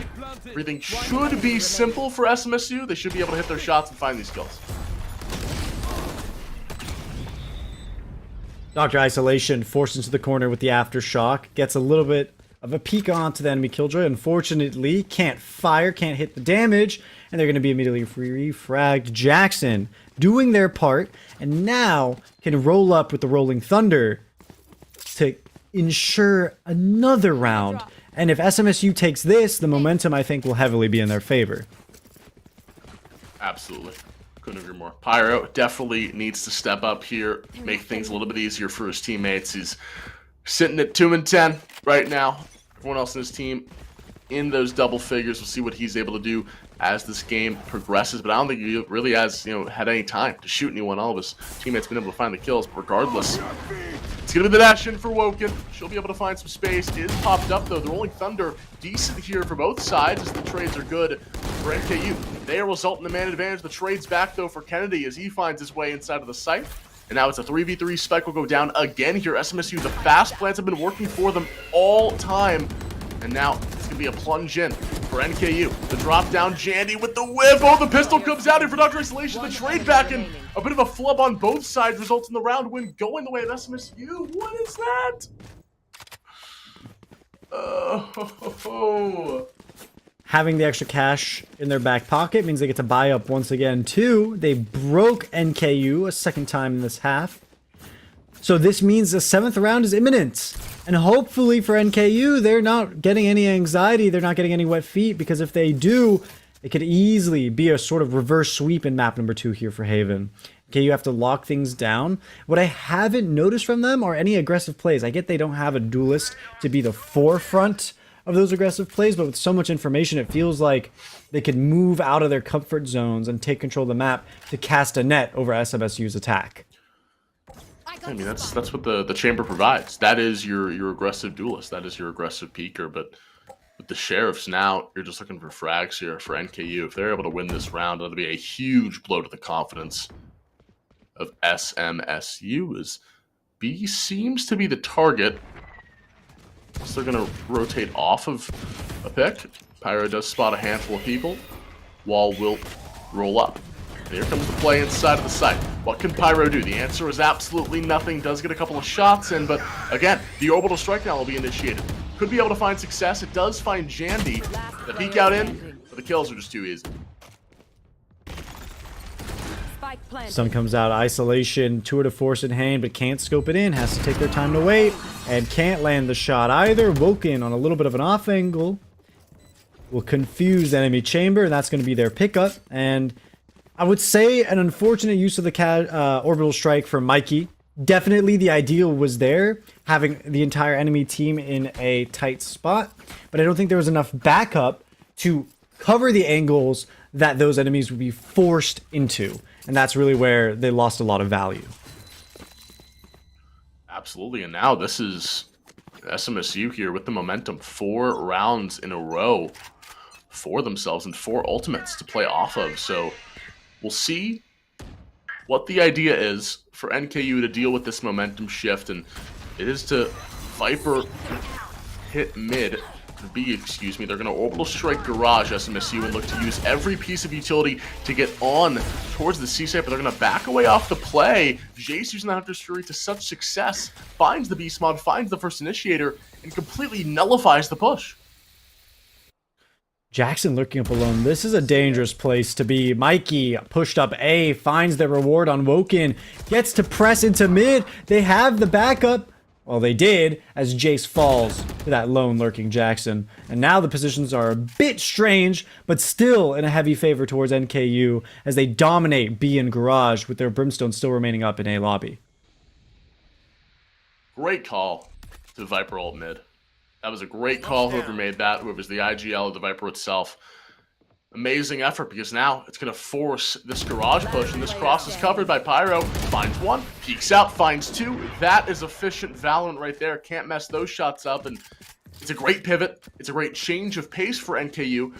And that Viper's Pit, that Hunter's Fury, does such a good job, Ashkan, at stalling out SMSU, who have been playing fast that whole entire time. They don't know how to play off of that rotation, off of those ultimates, and they get punished for it.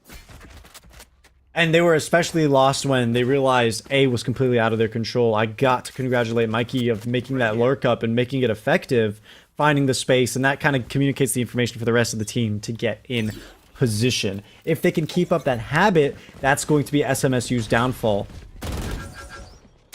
Oh, massive tag. And it looked like a dink there through the wall. So again, you're already dealing with a massive disadvantage if you're SMSU, and there's no one watching this lurk. There was a turret there, and there was a lockdown available. I mean, I wonder, do they go for the lockdown play? You should run. They definitely could, and they do, but maybe it's a fake. Oh, there's the aftershock to get rid of the close angle. Mikey forced off, but goes immediately to re-engage. Jace is the one who's punished, but Mikey does find the value. Good for 2. but does get locked down. Very, very interesting there. Lockdown just completely forces the issue. Are they going to recheck short, though? It's a player from Sewers. Dr. Isolation is there. He finds the planter, but fortunately for them, the spike is now down, so the onus sits on NKU to make a play. Orbital strike, timing is there for Plasma Rick. He knows where this next player is. Woken, gonna dash back. The timing for Dr. Isolation finds the mid-range magic, gets the second round, or the 12th round, excuse me, for NKU off the second kill for the chamber, and wow, they don't recheck Sewers. I mean, there's no reason to. They didn't expect another player to be lurking. Why would they? Match point. Yeah, that pick onto Jandy to disable the turret, that's the key factor there for Dr. Isolation to move up. I was originally going to criticize the way that NKU Esports rotated. They could have sent a buddy there with Dr. Isolation, but it ended up working out the way that Plasma, waited out for time and turned it into a 2v2. And at the end of the day, when you pick up the round, what more complaints could you have? Leave the rest up to the VOD review. Right now, it's a broken Vi for SMSU, and things are looking bleak here for them, Camel. Bleak indeed. Orb will be placed, smoke on top of that. And it's going to be a force in through garage. There's a trip present. It'll be taken away. Pyron out has a great deal of knowledge of these players all through garage. The timing is going to be there, though. They're running into the meat grinder. Good 2 kills there for NKU. The trade is there for Kennedy. She'll be able to find Jace, and the molly will be primed.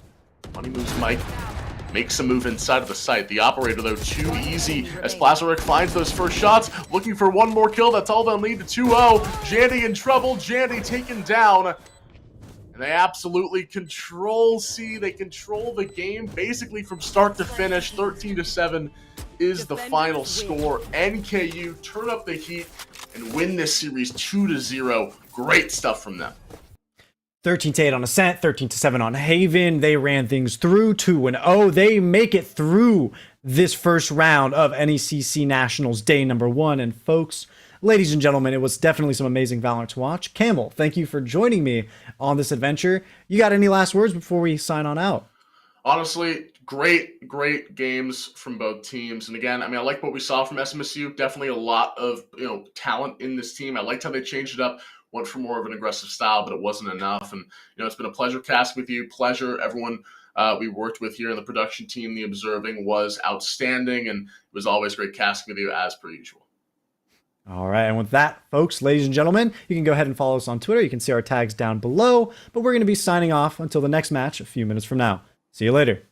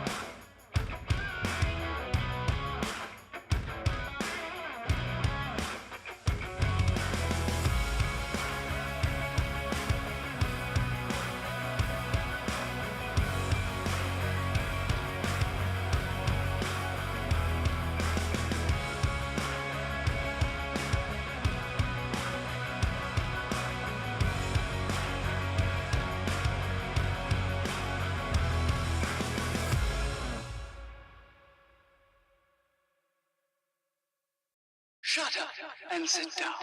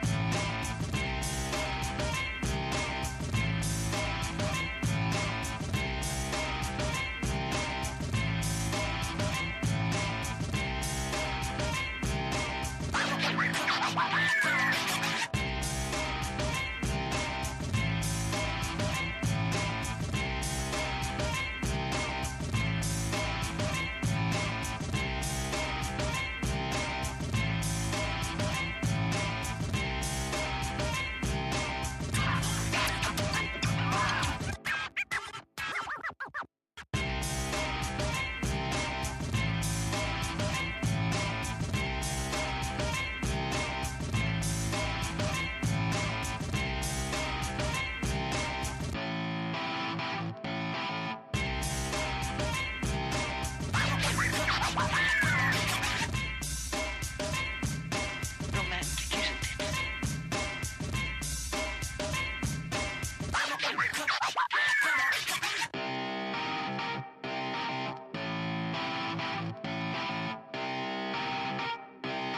Shut up and sit down.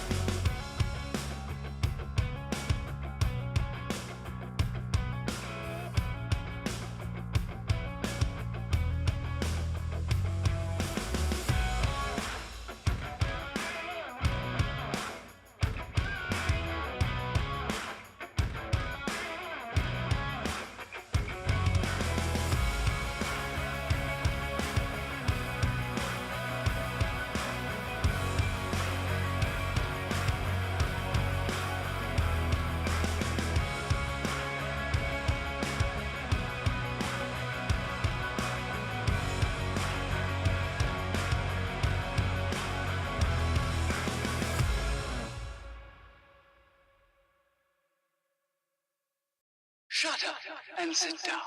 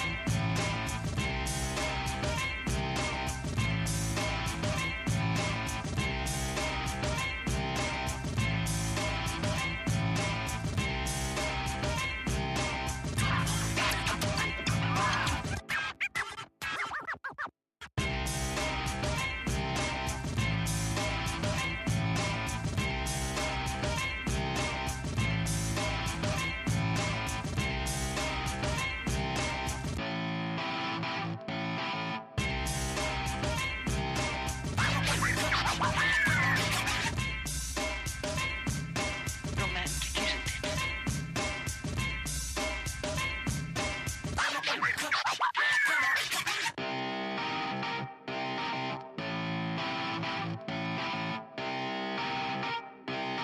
Shut up and sit down.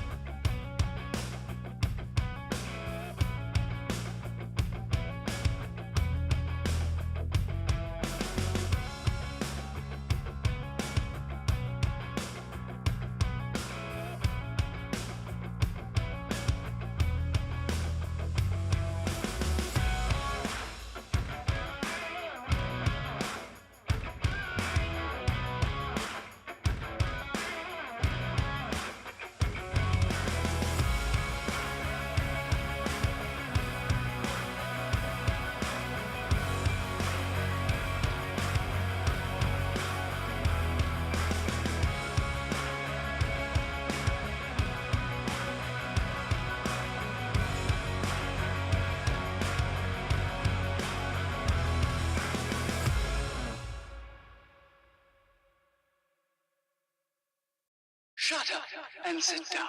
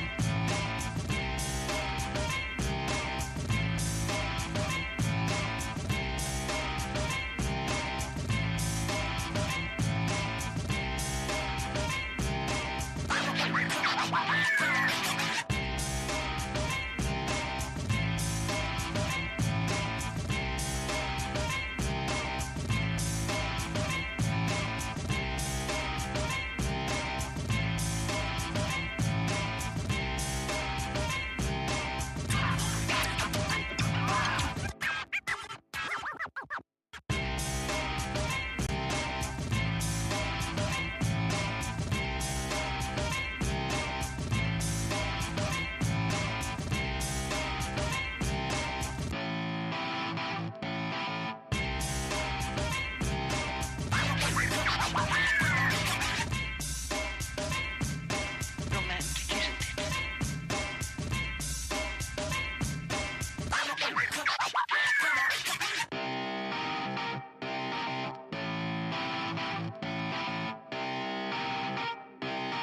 Shut up and sit down.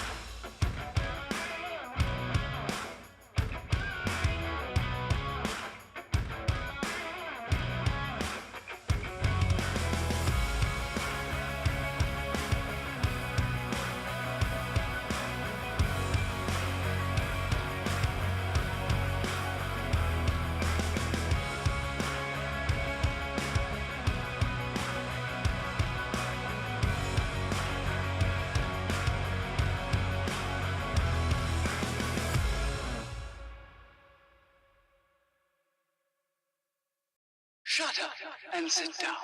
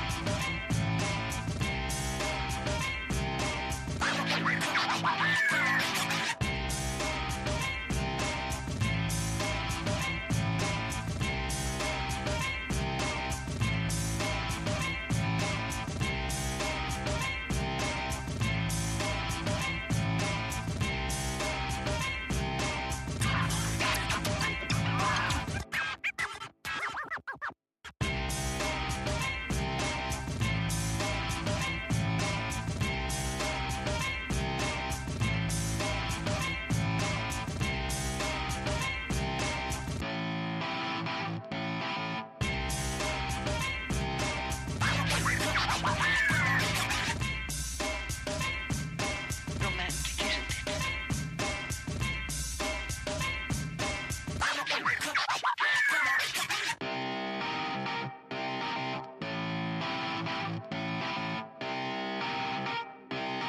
Shut up and sit down.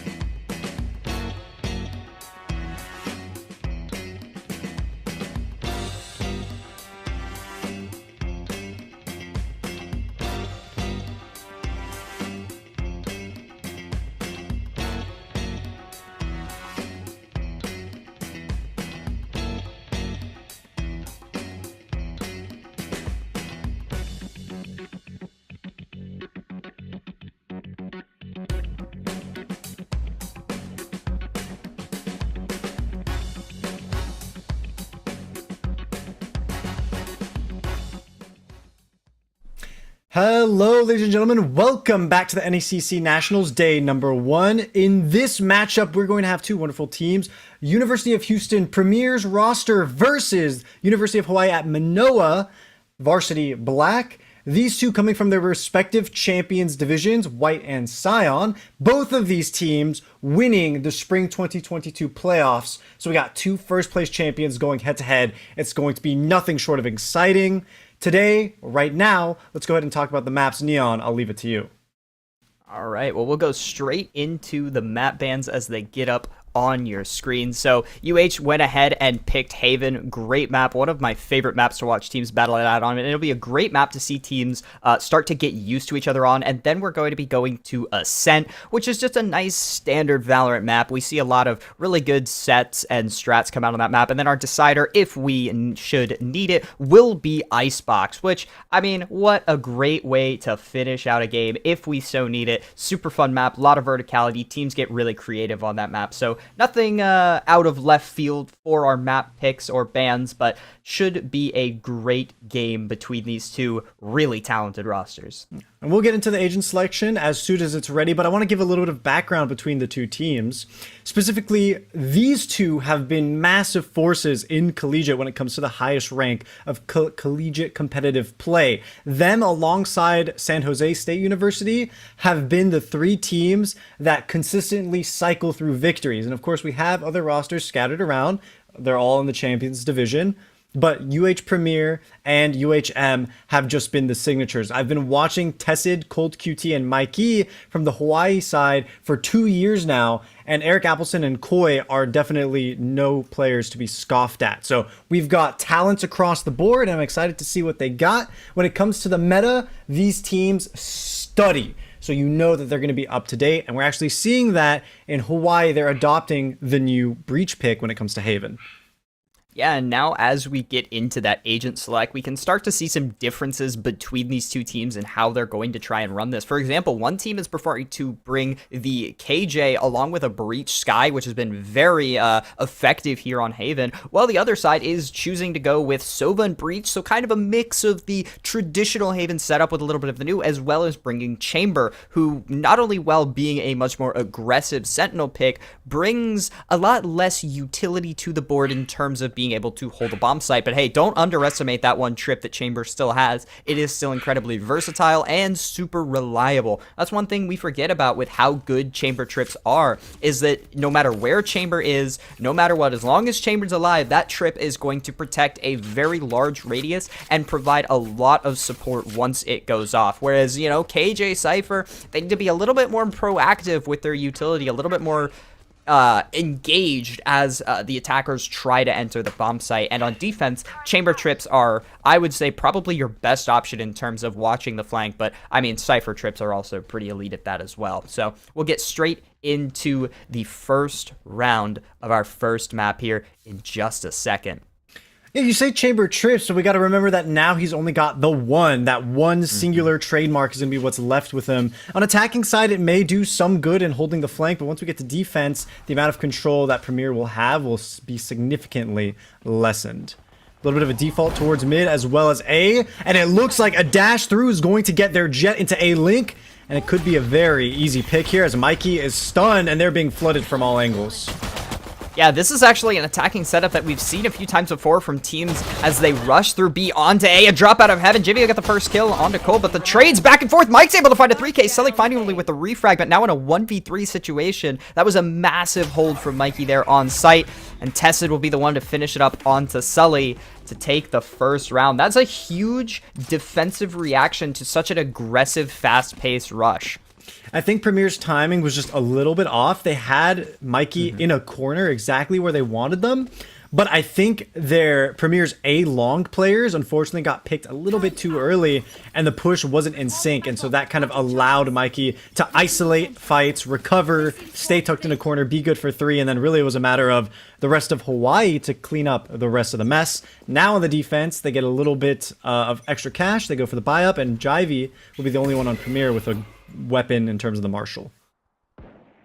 Yeah, much more of a passive look, but Prefix gets aggressive early, finds that opening pick on a Jivvy Jet v Jet action on C long, and that's an early man advantage that Varsity Black can use to their advantage. UHM, excuse me, is going to be able to just play that man advantage a lot more comfortably now, which is, a huge advantage. And Prefix will find a second onto Sully. That's another massive pick, and now it's a 5v3. This is a difficult situation for UH Premier to try and work back from. They may be on a bonus, so, winning the round isn't as big of an issue, but they'd like to at least remove some guns. Great shot comes out from Prefix, but it's not enough to finish off the chamber. He'll stay alive. Kami will find one, Kami will find two, Prefix will find the third, and that's going to be the end of round 2.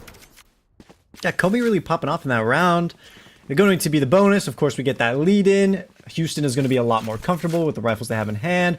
Couple of light shields as opposed to heavy shields because those players bought up sheriffs and marshals in the previous round. So they're not going to have that full health pool, but they shouldn't be too much at too much of a risk if they play back or play for trades. Right now, what we're seeing is Houston, though, going seemingly positioned for a very aggressive A push, and I think what they're trying to do is understanding that they have a lot of CQC weapons, going for A short control, but that too is stacked by Hawaii.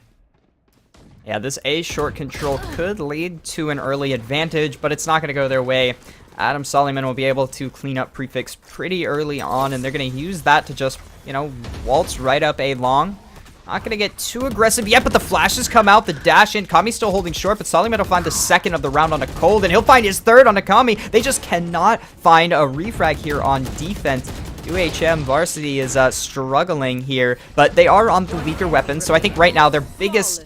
Well, never mind. It's going to be a flawless. I was going to say their best bet here is to just get a pick or two and fall off, or, even just try and recover some guns, but a bonus is a bonus. They end up not really removing too much from the attacking side, which is good news for them, as they're going to keep those weapons, but not too shabby. It's crazy to me that Suleiman almost got the ace, and had they picked it up, they would have been 7 for 7, tour de force ready to be rocked. They're not going to need it, of course. They came through with full guns, and they can buy up the armor. Assuming they do, taking their time with the light shield buy? No! I guess they're going to go ahead and remain on it. Well, I mean, hey, if you got an extra 1k to save and you're feeling confident, why not, I guess? Prefix with that operator posted up, wants the A short control, gets it and gets away. That tailwind nerf is nothing for a guy like Prefix.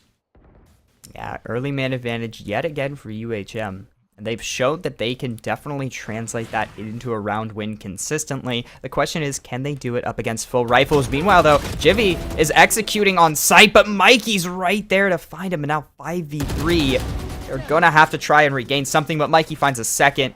So consistent holding down Garage on the KJ, playing around the utility perfect, and now in a 2v5. UH Premier, they're just looking for anything here. Weapons to take away, a slight momentum shift, possibly a plant. But UHM, they're playing this really well. They're playing nice and condensed, playing the man advantage perfectly. Out of charges. They just want to take guns out of the hands of Hawaii at this point, right? The remainders of Premier, they understand how much map control has been lost, and they're just trying to deal some damage to the economy. Sully leads that charge. 30 seconds left. 4 players. Now this actually could be a winnable round with the spread of Hawaii's positioning. But there's really minimal info to be gained by Premier, especially with that dart being sent out a little bit earlier. Sure, Eric has a smoke in hand, but it may not do too much. The spike is going to get down at the maximum. The retake is seeming heavily in the favor of Varsity Black. Oh, that spam through the smoke is going to be massive HP-wise, but he doesn't actually get the kill. Sully finds it on Akami. Spike goes down. 2v3. Hold on now. This is possible, but Prefix will find one on to Sully. And Eric Appleson, extremely low HP. Cold will be the one to find that final kill. And, I mean, they brought it back to a 2v3. There was a potential there. They removed some guns. They did a decent amount of work there, but at the end of the day, it was not nearly enough. They lost that round early on. In an ideal situation, they would have maybe been able to get a pick going from C into Garage or pushing even through C before planting, but there just really wasn't enough time for a scenario like that, so they just did the best that they could within the confines of the situation. And frankly, it's not something they have to worry about too much, right? Because moving into this round now, they still have enough to buy. Their chamber is going to have the tour de force, expend that early on so it can cycle back sooner into this first half. And it should be a really easy build up for them. I think right now what they're struggling on is getting Hawaii to spend utility early. Blinded. Yeah, that's true. I definitely think that they need to try and burn some utility out and really just not lose man advantages early either. I mean, it seems simple, but just not dying is actually massive to the attacking side, because as long as you have either man advantage or man equality, if you're 5v5, the attack should theoretically always have the advantage. You're going into gunfights with more bodies on a bomb site, and so you're going to have the advantage there. But, of course, the question is always, how do you deal with the utility, the angles, things like that, and that's where UHM is struggling. They haven't quite gotten there. The flash will go in. Mikey finds the first. Mikey will find the second, the refrag on Koi. Mikey finds the third on the round. Suliman trying to find the refrag, but just can't. Trying to pick up the rifle as well, maybe for some close range help, but there's already a huge crossfire here. Komi whips a few of the shots, but Mike will get 4. Mikey with his 4th and Sully alone in a 1v4. And yet again, I mean, I just can't help but notice that UH, they just walked into sight and died. That is 5 for 5, Mikey. I mean, you talk about a sentinel, you talk about holding down the site, you're talking about Mikey. Doubles their own kills, gets the 5, now 10 to 2. The lockdown is readily available. It is insane, frankly. So they're going to have the ability to retake now. The side of Houston is going to have a little bit of a weaker buy. So if you're looking at this in the long term, Hawaii have the opportunity to not just win this round out in terms of gun difference. The next one, they'll have a lot of ultimates to use because Colt QT is on the verge of picking up the Seekers. Yeah, and I mean, really, if you're Houston in this situation, you really just have to try and bring some momentum back. But Kami, beautiful smoke, isolates the 1v1. Prefix is able to find an op on the other side, and the deagle will not be enough for Eric Appleson as Kami gets that kill, but Sully will get the refrag. Flash goes out from Cole, try to find the pick. The deagle swings, finds the refrag. Koi able to pick up a gun, 2v3. This is potentially doable as they have picked up guns off of this, but the story here, yet again, is man advantage. University of Houston, they just have not been able to maintain that advantage at all. They continually lose that first pick, and now Tessid possibly going into a gunfight with Koi, not able to land the shots initially. The jump peek goes out, the stun to deny the planter. Secures the fact that if he gets peeked, it's only going to be by one player, but the peek will not come. Tessid again uses the aftershock, trying to clear out that hell position. Koi with the aftershock back, but nothing there. Mikey from short finds his first of the round, but Sully alone on 1v3, and Prefix with the op from long will clean it up in another wonderful round for the University of Miami, or excuse me, of Hawaii. Both beautiful cities, though. I mean, absolutely. So we're going to go ahead forward into the 7th round. As we've stated before, Hawaii's going to have not just 3, not just the Seekers being built up, but a 4th ultimate, and from the shadows, Komi will have that ability to scout for info or reposition, and that's going to be post-plant hell for Houston. I mean, frankly, once they get onto the site, if they sit there, if they don't have expanded territory on another side of the map to come through and flank the retake, I don't think they're going to have a fun time, especially right now. Eric Appleson hasn't even found themselves on the board yet. It's been a really difficult time for them. Yeah, and I mean, it really is just a case of they're isolating the first gunfights on defense, and they're securing them very early on, right? The utility usage really hasn't been elite or anything. It's been consistent, it's been good, but they've been able to isolate the first gunfights just like that. Mike's able to find the first. Huge ult comes through, but it doesn't look like they're going to capitalize off of much. Adam Sullivan able to find the first onto Mikey. That's a good pick to find. Sentinel down. But now, they got to get the plant down, and in good time. There's still some ults that they could have to deal with. Admittedly, though, no ults that would be round-defining. Eric Appleson just barely dodges that headshot. Prefix will pop the knives, try and enter into the site. Koi finds one, Cold with the other. Cold finds the second. Sully finds a refrag on a Prefix, but it's a 1v3. Nearly unwinnable at this point, although, never mind, as he falls. It's going to be a easy 3v1 retake with the spike getting defused. A lot of hectic moments there at the end of the round. That Nano Swarm is really, really coming through to carry Hawaii with those early picks. Exactly as you said, the gunfights are being isolated. I think even with slightly more efficiency, if Mikey can communicate whether that isolation occurs or not, then the rest of the team won't be as hesitant to come in for the retake. You see Cold QT there in CT, has the ability to come back up their Killjoy and maybe even get the refrag, but doesn't do so. And I think that comes from just a slight lack of communication. But you also have to consider that these acts are occurring milliseconds apart. I mean, as soon as that nanoswarm came out, that's when Jivy dashed through. Yeah, and I mean, ultimately, Sky falling off is unfortunate, but at the same time, you now have a great man advantage on a retake. So, you know, it's apples to oranges, but it's also... Ooh, Jibby, though, with an opening frag. This could be the advantage they need, but Tessid with an immediate refrag. Now, 4v4, that flash into sight. That could let Prefix know that action is coming. Finds the first onto Koi, smokes himself off. The flash from Tessid is going to help a lot take the long fight, but it's not quite there. Omen on sight, gets isolated. Tessid finds, but Sullyman with a refrag. Prefix finds him with the op, though, and now it's just Sully again.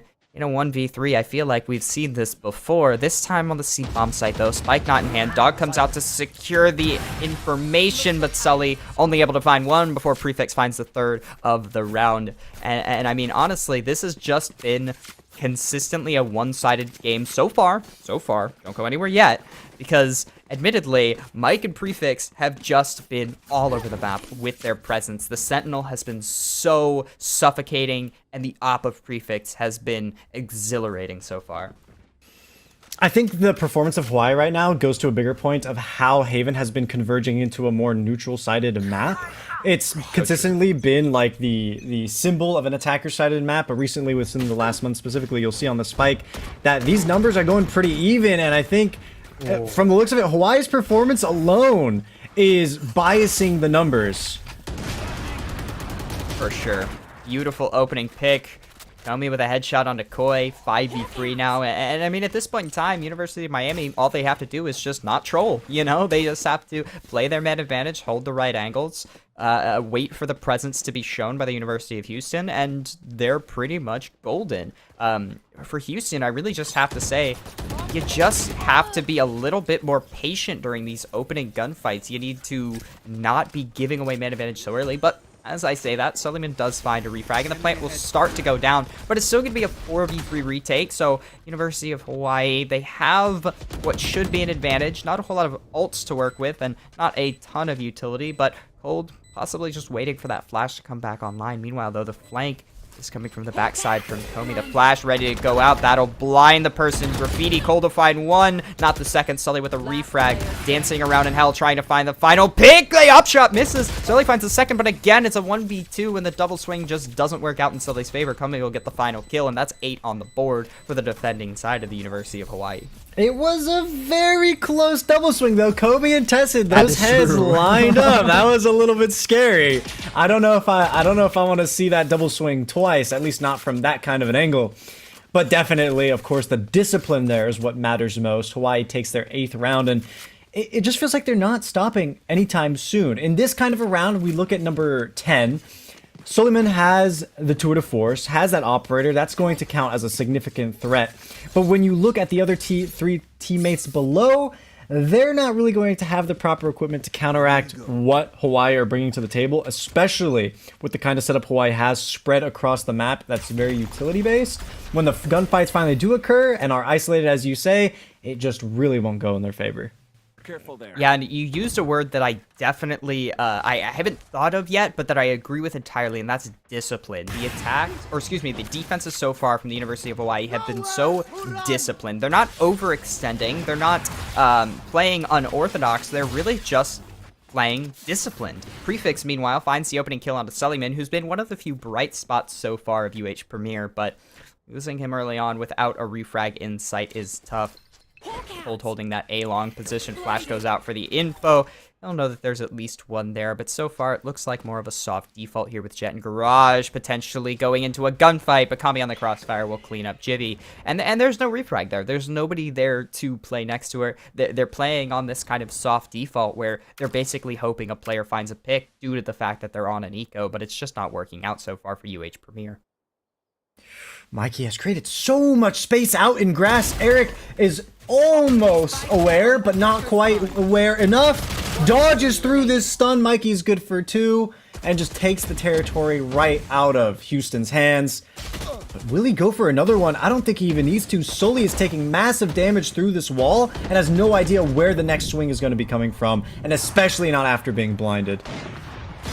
Trying to find anything at this point. Finds Comey. Not able to find the second. Cold will clean it up. 9-1 so far. And I mean, UHM is just absolutely running this game, right? There is just, there's no hesitation from them at this point. They're just playing the game at their own speed. You know, normally when we see teams take this much of an advantage, we either see teams start to overextend, right? They try and play the advantage too much. They get a little too aggressive, they get a little too confident, or they do the opposite and they kind of overanalyze the situation and they think, oh, we've got to change something because they're going to read into it. They get a little nervous because of the fact that they're up. But UHM is not struggling with that at all. They're just continuing to play their nice basic game. There hasn't been an adaptation from UH Premier yet that's unsettled UHM, and so they're just continuing to play their game. Huge nano swarm. Jimmy is able to find the first though, but Tetsu's right there with the refrag, and nobody's able to join him with the refrag, but Adam Soliman will find the kill onto Mikey. So now for the first time in what feels like forever, UH Premier will have the man advantage, and Soliman will find the second kill onto the Opera Prefix. Tessa with a refrag onto Koi,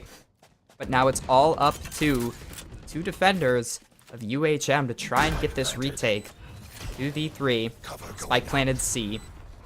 Most of the presence here is still in C-Link. I don't think that they've fully cleared out Garage or any of that yet, so it's going to take them some time to reclaim some space here before they start truly retaking. See, the stun doesn't come out yet because they're not sure if they have the area to make that work. Gets rid of the dart, ready to pop onto site. Adam Sullivan with that op, not able to land the shot. Sully finds one, Eric Appleson with the other, and the attackers, for what feels like the first time in forever, have taken an attacking round. 9-2 now, 1 round left in the half. What can UH Premier bring out to finish off our first half of our first map? 3-9 scoreline, right? Your mentality, you know it's not the best score to have in a first round. You know it's not optimal, but it's doable, right? You can come through, you can win the first round of the second half, go 4-9, get the buy-up, go 5-9 if you play conservatively, maybe even get to 6-9, and start closing that gap slowly but surely, inch by inch. 10-2? That's not something you really want to deal with. And Hawaii, I mean, despite losing that last round, I think they're still going for forward momentum here. And you see exactly that with such an unorthodox move, such as dropping the lockdown in the first few seconds. Yeah, they're going to lose someone here. Oh, never mind. They're actually able to destroy the lockdown last second. Sullivan's able to find one. Mikey with a refrag. Cold QT right there as well. Mikey finds the second on Koi. Wow, UHM, they have taken a round that looked like it could have swung in the favor of UH Premier just off of their kind of creativity to get rid of that lockdown and find the opening pick. Has immediately swung back into the favor of the defenders here. Heal coming out to get Mikey back up to 100 at HP. Maybe holding this long angle, hits the shot. Mikey drops 2v3. This is doable. UH Premier. There have been a lot of rounds so far where it looks like University of Houston has a potential advantage. They have or not even a potential advantage, they have a possibility, and they just haven't been able to swing rounds like that into their favor, right? You know, you have these rounds throughout games where it could go either way, where there's a potential to win a round, and to be a successful team, you got to at least cut those 50-50, right? You have to be able to play to a high enough level that you can at least split those rounds, get some rounds that may be out of your favor, and bring them home.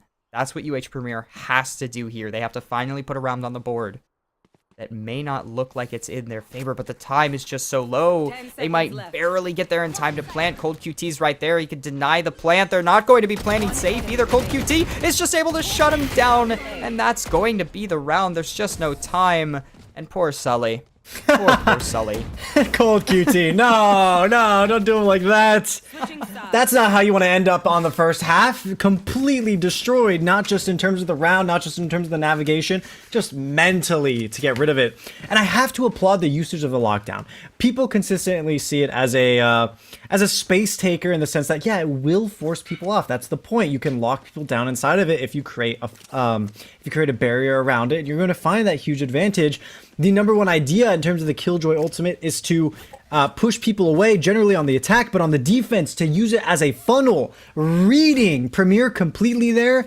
I mean, it's clear that the defaults by Hawaii have been rehearsed back and forth because they're able to pull a variety of defaults on the defensive side at any time they please. But that kind of integration with an ultimate, something completely special. They are truly built different.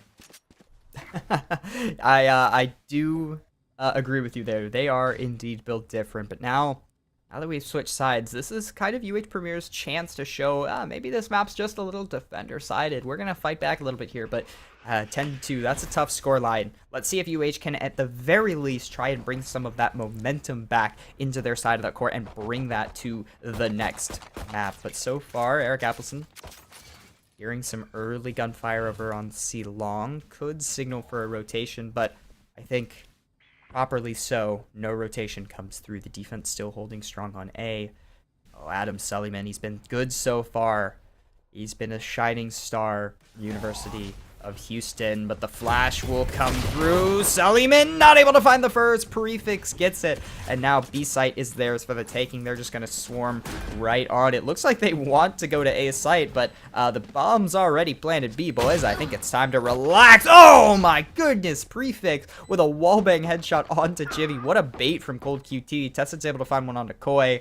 UH Premier 2v, make that 1v5 as Comey sneaks up on Eric Appleson. It's all going to be on Sully on the flank. Shots aren't there. Turns around. Mikey's not able to land the shot. Sully will get the first of the round, so it won't be a flawless. But Sully in a 1v4. How many times do you think have we said these Sully in a 1vx situations, you think? Yeah, I think he's definitely been the last alive in plenty of rounds. In this as well, unfortunately not able to pick anything up. And I mean, what can you really expect in that 1 versus 4 kind of situation when all eyes are on you? They were completely in the funnel, at least in previous rounds. They had that sort of, as they say in League, the fog of war threat where no one knew where they were.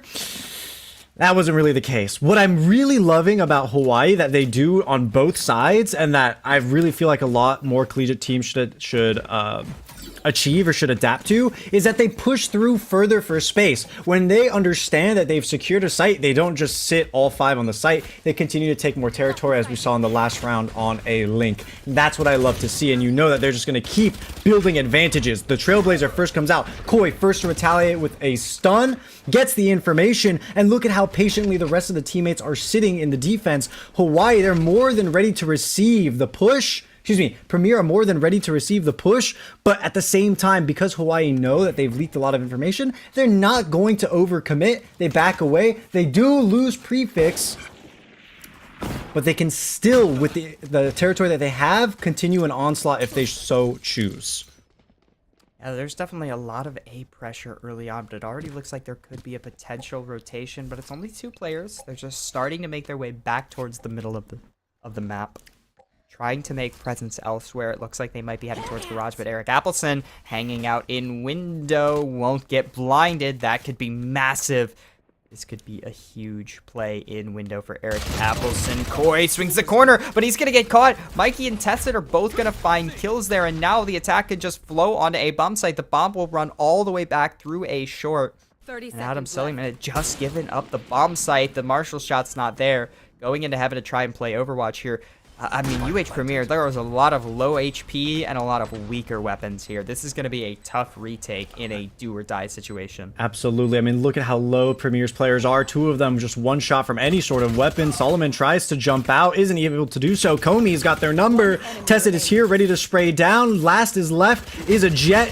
Jivy wants to make a play, but so many bullets flying in their direction. But like Neo, dodging every single one of them, gets out and back into the A-Link. There's really no options for them to push through. They have to survive with the Stinger or die, and frankly, at this point in time, they want to get the extra credits. Trying to stay alive, though, is Jivy, but Company will finish them up. At least they got that one last kill, but 12-2 after a force. That is so unfortunate for University of Houston. Your back's against the wall. Is this the point in time that I should tell you that this map was UH Premier's choice, or should I because I think that's an important thing to know as we move on towards Ascent or get closer to it. The second map was actually Hawaii's pick to show a dominant force in this pick in what is their opponent's territory. I don't know, it's not looking too good for the Texans. Yeah, I really don't know. This is definitely one of those situations where you'd hope that at least on their map excuse me, they would have somewhat of an advantage on a certain side, but so far, attack, defense doesn't matter. The run straight in, Koi will find the first one uncontested, but a quick refrag from Cold. Koi will be able to find the second of the round, but sight being regained is really not that big of a deal in the side of the attack because they have the weapon advantage. Komi's able to find the frag onto Eric Appleson. The plant will just go straight down. Doesn't even wait for the team. It just goes straight down. Jivy will find one. Sully finds a second. And now it's all on Komi. And just like that, the round's actually slipped completely out of UHM's favor. They've lost their rifle. They've lost their man advantage. And Komi's on low HP to boot. Oh, that's... Oh! No way. Finds one. Can't find the second. Komi nearly with the most aggressive big brain play I've ever seen. That's going to be a defusal. That's going to be a round. And Premier, they get to delay what seems to be the inevitable or what could be the start of a huge comeback. Winning that round breaks the economy of Hawaii just a little bit. They still will have the opportunity to buy rifles, but at least for the majority of players, they won't be on the comfortable Phantoms and Vandals. That means for Premier right now that if they can play their cards right and stomp out this round as well and the next, they could build up a fifth, and it will be their sixth round, a sixth round win that would be pivotal for the momentum of the rest of this match. If they can get to that point, then we could really start seeing the chance of an overtime. Dart a lobby. Don't think it found too much. The jump peek on C site from Eric Appleson will find a little bit of information towards the C long position, but already it seems like UH Premier has started to leave the A bomb site a little prematurely, but I don't think UHM has realized enough to capitalize off of that information. Instead, they're going to look for a little bit of mid presence. Here comes the dog in, finds one, the TP is out, stun comes through to deny Garage being taken. And that's actually a really huge stun right there.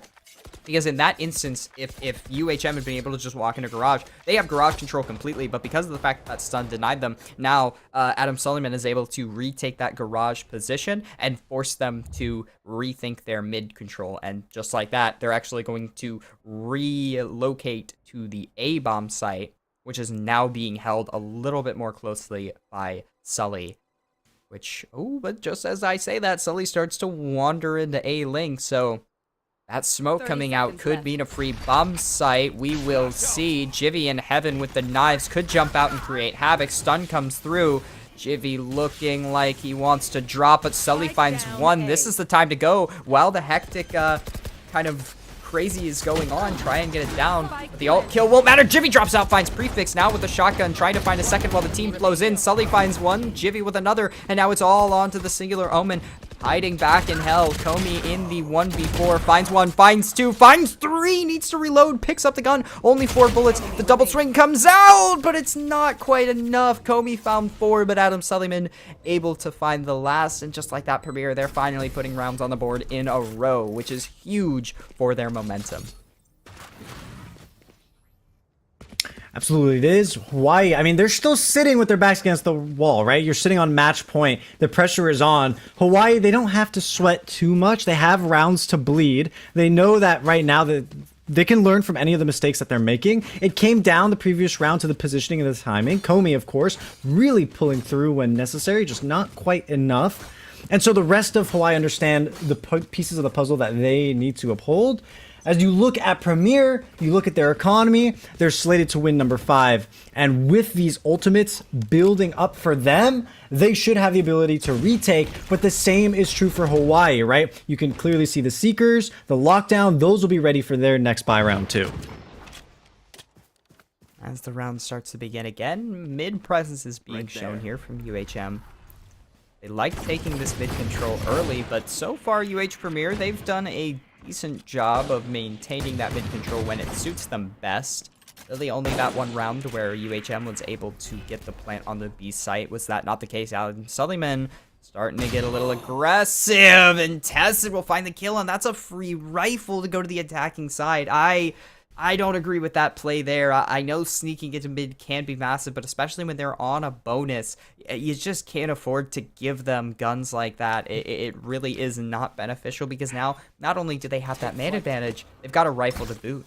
Yeah, and as well with this defensive spread of UH Premier and their positioning, there's no one really holding Garage. And so the isolation for the players on C and B is dangerous. Now, Jivy can even up the numbers. Cold QT being taken out is great, but that is going to fool UH Premier. Actually, they believe that there is presence towards A side, and it is actually C, which has been pulled out from under them, plant going down, and now they are forced to play the retake. And for Hawaii, they're feeling great because they got a breach hidden in Garage, ready to pick up even another weapon. Oh, this ultimate, this might catch all of them. Yep, that catches all 4. Can he find the shot through the wall? It's not quite there. Eric Appleton somehow finds that kill, but Prefix with 2 quick martial shots back to back. Sully finds a refrag onto Mikey. 2v2 now, but the weapons still in the defense's advantage. Just Knives, a Marshall, and a Deagle on the side of the attack. But the benefit is they're playing post-plant. Prefix, beautiful headshot onto Jivy. Now it's all on Sully, who will get cleaned up by Prefix. A 4K with the Marshall to end out our game. A huge map by the University of Hawaii at Manoa, 13-4 on their opponent's map pick, and now they get to move closer to home. They picked up Ascent. They're going to be starting on the attack when we come back, and what it seems like with such a strong performance here in map number 1, they're just going to carry that momentum into map number 2 of this best of 3 series. Ladies and gentlemen, stay tuned. We'll be back for more Valor in Action.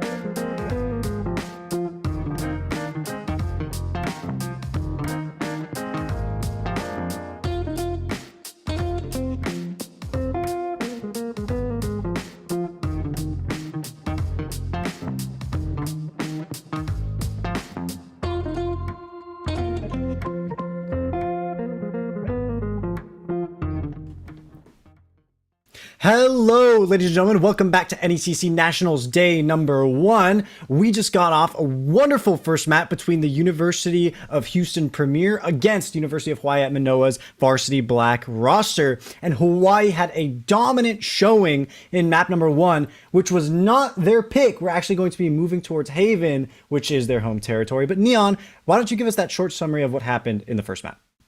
Yeah, I mean, it was a dominant performance for UHN Varsity Black. They really played both halves of that side excellently, and you used a great example. They were just very disciplined, right? It's not like they were fragging out exceptionally. It's not like there was one star player carrying them. It was nothing like that. They played very disciplined. They executed well. Their defenses were well coordinated and very utility effective, but not utility reliant. They held good angles. They played an effective game of Valorant, which now I wasn't in the call, but what I would assume was a very well communicated defense. They seemed to play off of each other incredibly well. And just looking at the fun facts about players that we have on them, according to this, 3 of them at least have been playing on this roster since beta, or at least have been playing for this school since beta. So there is a lot of experience there between players. So obviously that comes into play pretty often. But at the end of the day, what it came down to was UHM Varsity Black playing an excellent game of Valorant. Well, UH Premier, they kind of stumbled to find their rhythm, and I'm excited to see what they can do on this next map.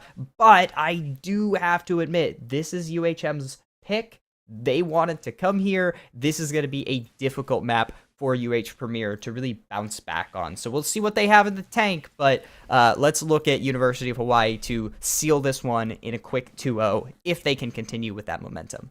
Yeah, with Haven so rehearsed as it was by Hawaii, I think I counted at least a dozen different defaults out of them. If Ascent is anywhere near as practiced, which you would assume it is, seeing as it is their pick, well, it's going to be a difficult time. Right now, we've got the icons reversed. We'll get that fixed up in a hot second, but it will be Hawaii starting on the attack is what it seems. And I'm curious as to what their comp is. When it comes to the most pick agents in terms of maps, things have been a little bit up in the air lately. Fade is open for this competition, but so far no teams have picked it from what I'm aware of, and they're still sticking to their guns, which makes the most sense, right? Why reinvent the wheel? Yeah, I think that Fade is one of those characters that's probably going to be best used in kind of the same way that we see Breach Sky used, but with Sova, where you basically lean into the information, just like with Sky Breach, you lean into the space taking abilities of both their flashes, stun, dog, things like that. But I don't think we've really seen teams find a necessity to do that, right? Sova just got nerfed, so leaning into that is a little tough. We still see a lot of teams rely on the Sova, as we see here, but he pairs so well with KO, and teams are so much better versed in KO. Why try and lose out on the potential utility that KO brings? Not to mention, having a Sova Fade comp would mean no flashes, which would be really difficult. And I really just don't see a future where we have Fade instead of Sova, like a Fade KO comp. I just really don't. I mean, I'm sure some team will experiment with it. In fact, I'm sure there's some team out there that's already scrimmed with that exact comp. But I just don't see a way that can be more effective than a Sova KO comp. So I think that's the reason why we haven't seen too much Fade, but I could be wrong. I'm just a caster. Don't blame me. We see already a lot of utility being spent to try and get control of A main. Sully will find that first blood in the favor of Houston. And so they get to get away for free as well, leaving Hawaii with one less agent, and that's going to be the KO. If they were hoping to shut down a trademark or deny the enemy KO of any abilities, it's not going to be happening in this round. So a lot of work has to be done to recreate space around the map since they full frontal assaulted A main. And unfortunately, with Cold QT falling and Mikey soon after, I think this round is all but gone. Yeah, I mean, really what it looked like UHM wanted to do there was simply brute force their way into A, and once they lost that opening pick, they were like, all right, let's reset, let's try and get mid control. They just weren't expecting a Sova sitting in a cubby in mid, and they end up losing out big time there, and they lose not only man advantage, but really any resemblance of map control, and now UH Premier, they can just sit back and play that man advantage. So far, great start by UH Premier. I love what they're doing so far, but let's see more. Let's see what they've got on a bonus. Oh, Sully, beautiful double headshot on a prefix, and Tessa did not expect Sully to be able to get both those kills that quickly. Beautiful shots. If we see more of that from Sully, this could be a very different map from last. You know what's so scary about that? The fact that they get so much money that they force up into the Vandal and the Light Shield. I was expecting them to maybe save and go for the Operator, but with such an early lead, look, I mean, what else could you ask for? So they're going to leverage that. Eric is going to also pick up the Bulldog so that in round number 3, the bonus will be stronger.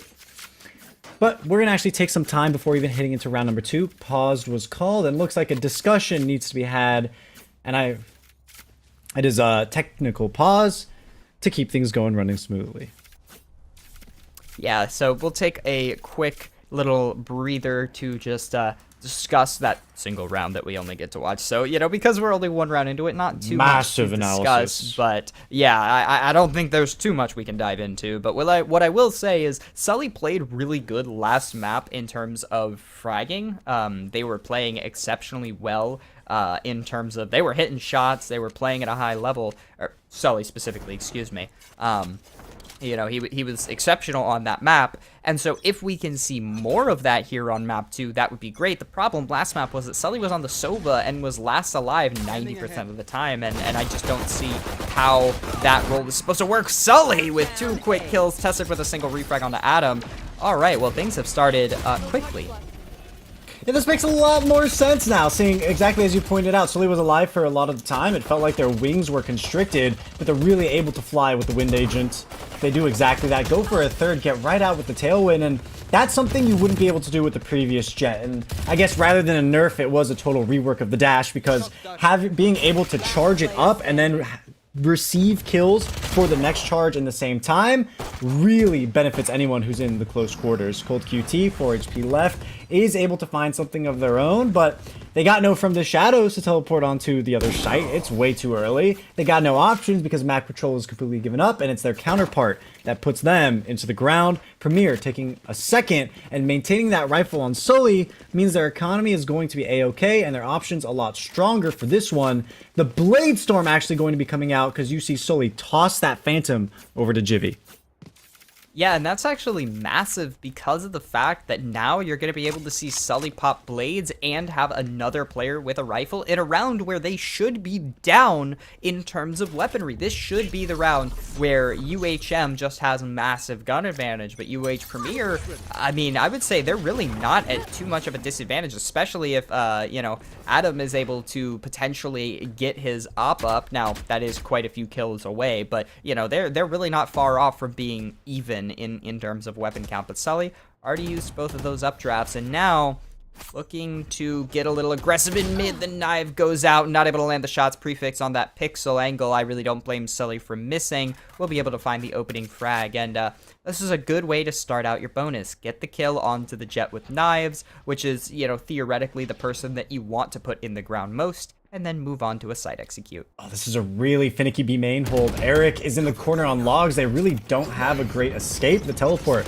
will reveal a lot of information. They're able to get out shortly, but Prefix dashes in. A lot of space has been given away. Mikey is the first to break things down, and exactly as predicted, that Omen is going to fall. Advantage lead in Hawaii's favor. And post-plant is soon to be had as Tessid goes for the spike. They're 3 off of the Hunter's Fury. This is going to be an amazing position for them, with especially now that Cold QT has secured B main. Yeah, huge retake potential here from UH Premier if they can get something going, but it's not going to be that. Adam will be able to find one on the Cold T. Has the rifle, has a decent amount of HP. The 1v3 is doable, but highly unlikely. And this is one of those case scenarios where you're like, do I even go for the retake? I can play exits here. I can ruin their economy. Why try and throw my life away? It's spotted by the dart, but could actually use this if it means getting more kills. Nope, Prefix will clean it up. Only 2 rifles lost on the side of UHM, so they should be able to buy up into the next round, but still an effective bonus round from them. For the Texans, their economy is going to be looking good regardless, right? Because the rifle was bought into round 2, taken into round 3, round number 4, things will remain relatively normal. And as expected, only the operator player will be the one on light shields. But you're absolutely right. In that kind of a scenario, maybe not save, but at least go for some damage. And I think Soliman made a mistake in pushing out of B main, trying to get that reposition, knowing the turret was there. This time, with a lot of mid control, I think there's a lot of opportunity for Premier to retaliate, because that was really the core essence of Hawaii's push in number 3. Yeah, and Premier, I think they really want to try and continue the momentum that they had from the pistol and the bonus, right? Because that's just been a huge story here. Jimmy's able to find one, but Prefix is right there for the refrag in an unexpected location. So 4v4, which, not to get too analysis on you, but I tend to say 4v4s almost always favor the attack, just because they're able to, control more of the map with 4 players, whereas the defense, they have to spread out so much in a 4v4 to try and cover so much more of the map, whereas the attack, they could just group up and take map control as they please, and they basically always know that wherever they're walking into, they're going to have man advantage. For example, they've only got 3 players here in B main, and potentially a 4th joining them, but if they run into B right now, they have the man advantage. Now, they have to effectively trade each other out, but having man advantage on execute is still massive. 30 seconds left on the round, or 35 to be specific. As they try and make this forward through execute, the door will start to go down. Space being cleared by Prefix as the rest of the team runs lane, but there's still a player in the back site. That's Eric Appleson in a great position to potentially throw a wrench in this, but Prefix on Overwatch finds it. Mikey finds a second on Decoy, and now 2v4 retake. Premier, that momentum is slipping. Prefix finds a third, make it a 4th as Sully and Suleiman could not make that retake work. UHM tying up the scoreboard. Bringing it back. This is a map that has been slowly converging to the defensive side when it comes to statistics. It's been relatively even, but we're seeing a bias of 52% for the defenders according to the spike. And so right now, Premier, they're hoping to end this half with an advantage. But in round number 5 going into it, this odd round that will break the current round tie, they're not looking too stacked up when it comes to money. They're struggling a little bit. Prefix has the operator. They're going to go ahead and be posted up. They're waiting for someone to push out A main, and it looks like Premier might just take that bait. Look at the line of sight on the minimap. It's all they need, and that should force Chamber back. It doesn't quite yet do it, but Tessit is around the corner to finish the job. And just look at how much free space is available now to the Hawaiians. They get to move forward into A. They can break the ankles of Premier and go over to B. But regardless of what they do, you look at this hold by Houston, and they're 1-on-1-on-1. There are no cross angles. There is no ability to trade. If any of the defenders don't get at least 2, it's going to be an impossible retake. Yeah, and I mean, Premier, they're on a pretty big save as Jivy and Koi are actually able to find 2, but Comey and Cold are able to get those refrags there, so it's all on Eric Appleson with that deagle trying to land the shots, but Prefix, who's been excellent throughout this series, is able to find that final kill. And that's going to be the 3rd on the board for UHM Varsity Black. And now we're starting to see UHM just start to swing that momentum right back into their corner, right? They were dominant last map. They lose the first 2 rounds here, and they're very quickly able to stabilize and get things back. And I mean, hey, losing pistol round on Ascent, on attack, is really not that big of a deal if you think about it. I mean, like you said, this is definitely a defender-sided map, and I tend to feel that whenever a map is defender or attacker-sided, the pistol round is really accentuated by that statistic, right? On pistol rounds, if a map's defender-sided, you're gonna feel that it's defender-sided. If it's attacker-sided, you're gonna feel that it's attacker-sided. Already, early A main presence coming out. Time being stalled. Try to keep the tension building. Houston has no idea what's going on, and with the lack of information, they've actually posted 3 agents towards the A site. That owl drone you see coming out of mid is going to get minimal information, if any at all. What's really important here is the trademark, which gets destroyed immediately, and Omen backs away. That's a lot of pressure, and once again, that Sova on the side of Houston that's been playing in between tree and mid for the jump spot is going to be forced out. Their hand forced to go out. The dart confirms their position to the rest of Hawaii, and now that they have this info, they can commit much more confidently towards the B side, knowing that they have to hold the cross. But unfortunately, the shots don't land in their favor. It's Koi who bursts down too, and Solomon is waiting in logs. It's a little bit too late to swing. The timing wasn't in sync, and now Hawaii suffers dearly for it.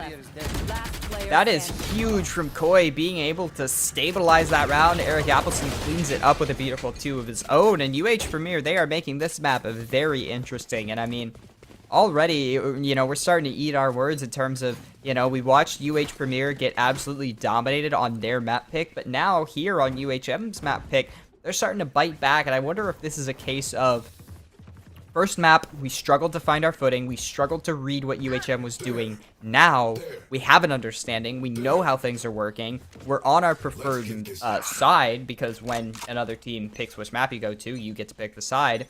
And you're just able to, you know, stabilize and get back to what you wanted to be doing on the first map, but just couldn't figure out how to. So, UH Premier, they might just make this game a little bit closer than we all had in mind. Can they bring it to map 3? Are we going to see Icebox? I am not sure, but I would love a good Icebox finish. A lot of territory in mid being taken. I love the way that Hawaii approaches the map. They take away the long angle with the smoke deep in as well. And so they send 3 towards the catwalk into tree room. Only 2 players holding A. This is very easily a fake as you see the spike in the complete opposite direction. Eric Appleton trying to get away with the TP, but still the lockdown may very well pop. But with no player presence, I think they're aware that it was a fake all along. Jivy needs to make magic happen, and they are able to be good for 1. Comey is low by generator, but that's not going to be an issue at all as Jivy cleans up the rest of this act and closes the curtains on round number 7. We head into number 8, and that is a huge blow to Hawaii and their ability to predict Houston. They were thinking that they could win with pure numbers on a site, and Jivy pulls up and humbles them, sitting all 3 players down. Yeah, I mean, that was just beautiful from Jibby, honestly, in terms of, all right, I'm going to flash left. I'm going to find the first one left, pop back right, do some damage, didn't get the kill, pop back left, get my second, pop right, get my third. Easy back-to-back-to-back kills and a really good sight hold in a, you know, what is normally a really tough position, but UHM Varsity Black looks like they're a little tired of the pacing of how things have been going, so they're just going to run it in A. Already in the A lobby, starting to get knives in. Koi finds one, but Mikey with a refrag. Cold finds one onto Eric Appleton. Man advantage held by UHM. This is actually pretty huge because when they've been playing in man advantage situations, they've usually been really good. So this is something that I like to see. Jivy popped the ult to try and deny the early access, but it just was not quick enough. He wasn't able to rotate fast enough, and now Knife will come out. Not going to get too much. I mean, that does deny potential flashes, which could be massive, as a flash of his own could come in, but Kami's able to find the first one onto Sully. Tested with the second onto Sully, but the flash will go out. Jibby swings in, finds one. That's Kami down, but Cold from the back is able to get the headshot as we tie it up 4-4. I like the way Hawaii adapted. They realized a couple of rounds in a row of trying to default, trying to get map control. It's worked a little bit, that the idea itself has been effective, but they couldn't really close out those rounds. And so they realized, all right, well, if we just want to bring it down to a gunfight, why don't we simply overwhelm Houston's hold? And that's exactly what they do. Get onto the site, 3 versus 1 situation in the final seconds of the round, and they close it exactly as they please. And with with Hawaii's varsity team going neck and neck on a map that is strictly defensive sided, if they can keep it 5-7, then they'll be more than happy. But it looks like they could get even more. 6-6 would be something beyond what beyond expectations. Oh yeah, for sure. I really do like what UH Premier has been doing throughout this you know, defending side, but you're right in the sense that UHM has adapted really well. They've kind of coordinated incredibly in terms of readjusting, and now we see they just pulled a fast rush. So what do? They throw out some util early, and then they immediately fall back, play a little quiet, you know, kind of reset, and get ready for their upcoming, what I assume is going to be an A take. This could be very dangerous. Prefix is definitely waiting for their KO to walk on up for the refrag, knowing full well that Sully may be here. Without a tailwind, Sully is playing a very dangerous game, though. I respect the fact that they go off with a safe play here. They're really playing with fate. They get spotted, and this could end up being worse than they intended because Cold QT is coming from the side, and that's the execute. Oh, beautiful shots from Comey, though. 2 incredible headshots, and now it's all on Sullivan, who, because of this KO ult, is a classic fan, but Yop will come back out. That's a very annoying drone to have to deal with, and now you're just getting spammed. 73 HP, only have an op to work with. You have to try and retake the bomb site 1v4. Nearly a great jump peek, but Prefix was there waiting. 5th round on the board for UHM Varsity Black. And again, just changing the pace was enough to really rattle UH Premier to their core. I'm going to bring up that word again that we used in map number 1, and that's discipline, right? The difference in discipline is huge. Prefix, waiting on an angle, knowing someone is there, allowing teammates to come in to ensure that there's a refrag no matter what, versus Sully, who's holding a long angle with no dash, with no escape, with no teammates to go for the trade, and exposes themselves from multiple angles, enabling the entry to happen in the first place. And I think that's really where the difference lies right now. And I think at times teams tend to confuse aggression and brain dead aggression. I don't really know if there's a good term for individualism. Aggression. Individualism is a good word. Yes, that is a great word for it. But already, talk about aggression. 5 men running through tree, ready to make this entry. Jivvy could throw a wrench in it, finds one on a combi. The flash will come out, trying to find another pick here. The flash is good, but Tessid, while blind, somehow able to hit that. And Mikey with 2, make it 3. Sullyman, and the Omen of Eric Appleson, I believe, all fall in just a short period of time. And Koi, 1v4, Whoa. Beautiful flick. Oh my goodness, Mikey, sit down. Your turn has passed. It's now Koi's, but Prefix.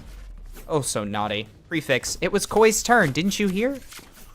He's gonna be sitting on that headshot angle every single round on the post plant for A. I mean, there's only 2 rounds left, but if either one of them goes towards the A site, you can expect it now. And so too should Houston. And I think right now that's also another field that they're struggling in, is understanding the habits of Hawaii. If you're looking closely, the post plant positions don't differ as much as their start of round defaults. And so if Houston has been paying attention, they should be able to retake smoothly. Maybe not so much as in this round, as they have a weaker buy, but still at least with some ease when it comes to gathering information.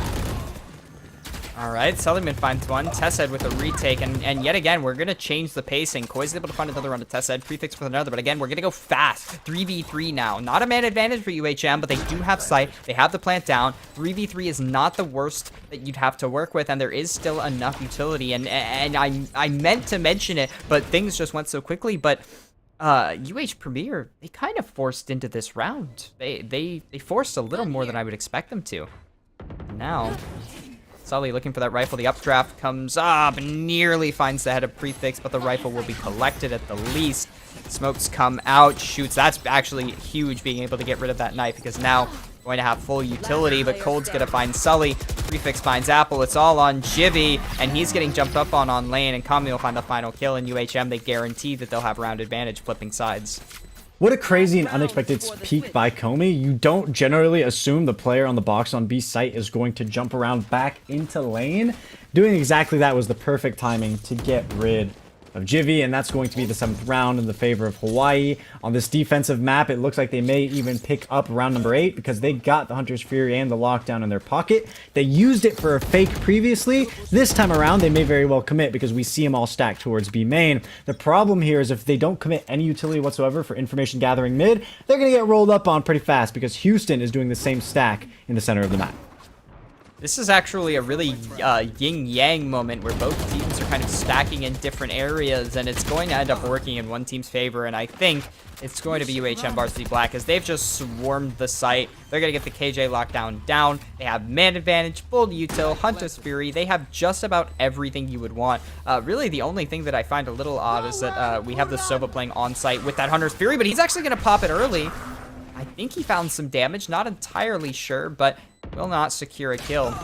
Adam Sullyman in an awkward position. Cold QT was able to TP away and find one. Appleson finds Mike in B main. 4v2 now as Cold's able to find another one on Sully, make it the 3rd of his round. Jivvy trying to retake from the stairs, but it's not going to happen as Kami will shut him down, and it's all on Eric Appleson. It won't work as Prefix finds the headshot, and Varsity Black will be able to confirm an 8-4 half. I mean, man, I really thought University of Houston might have had a leg up here.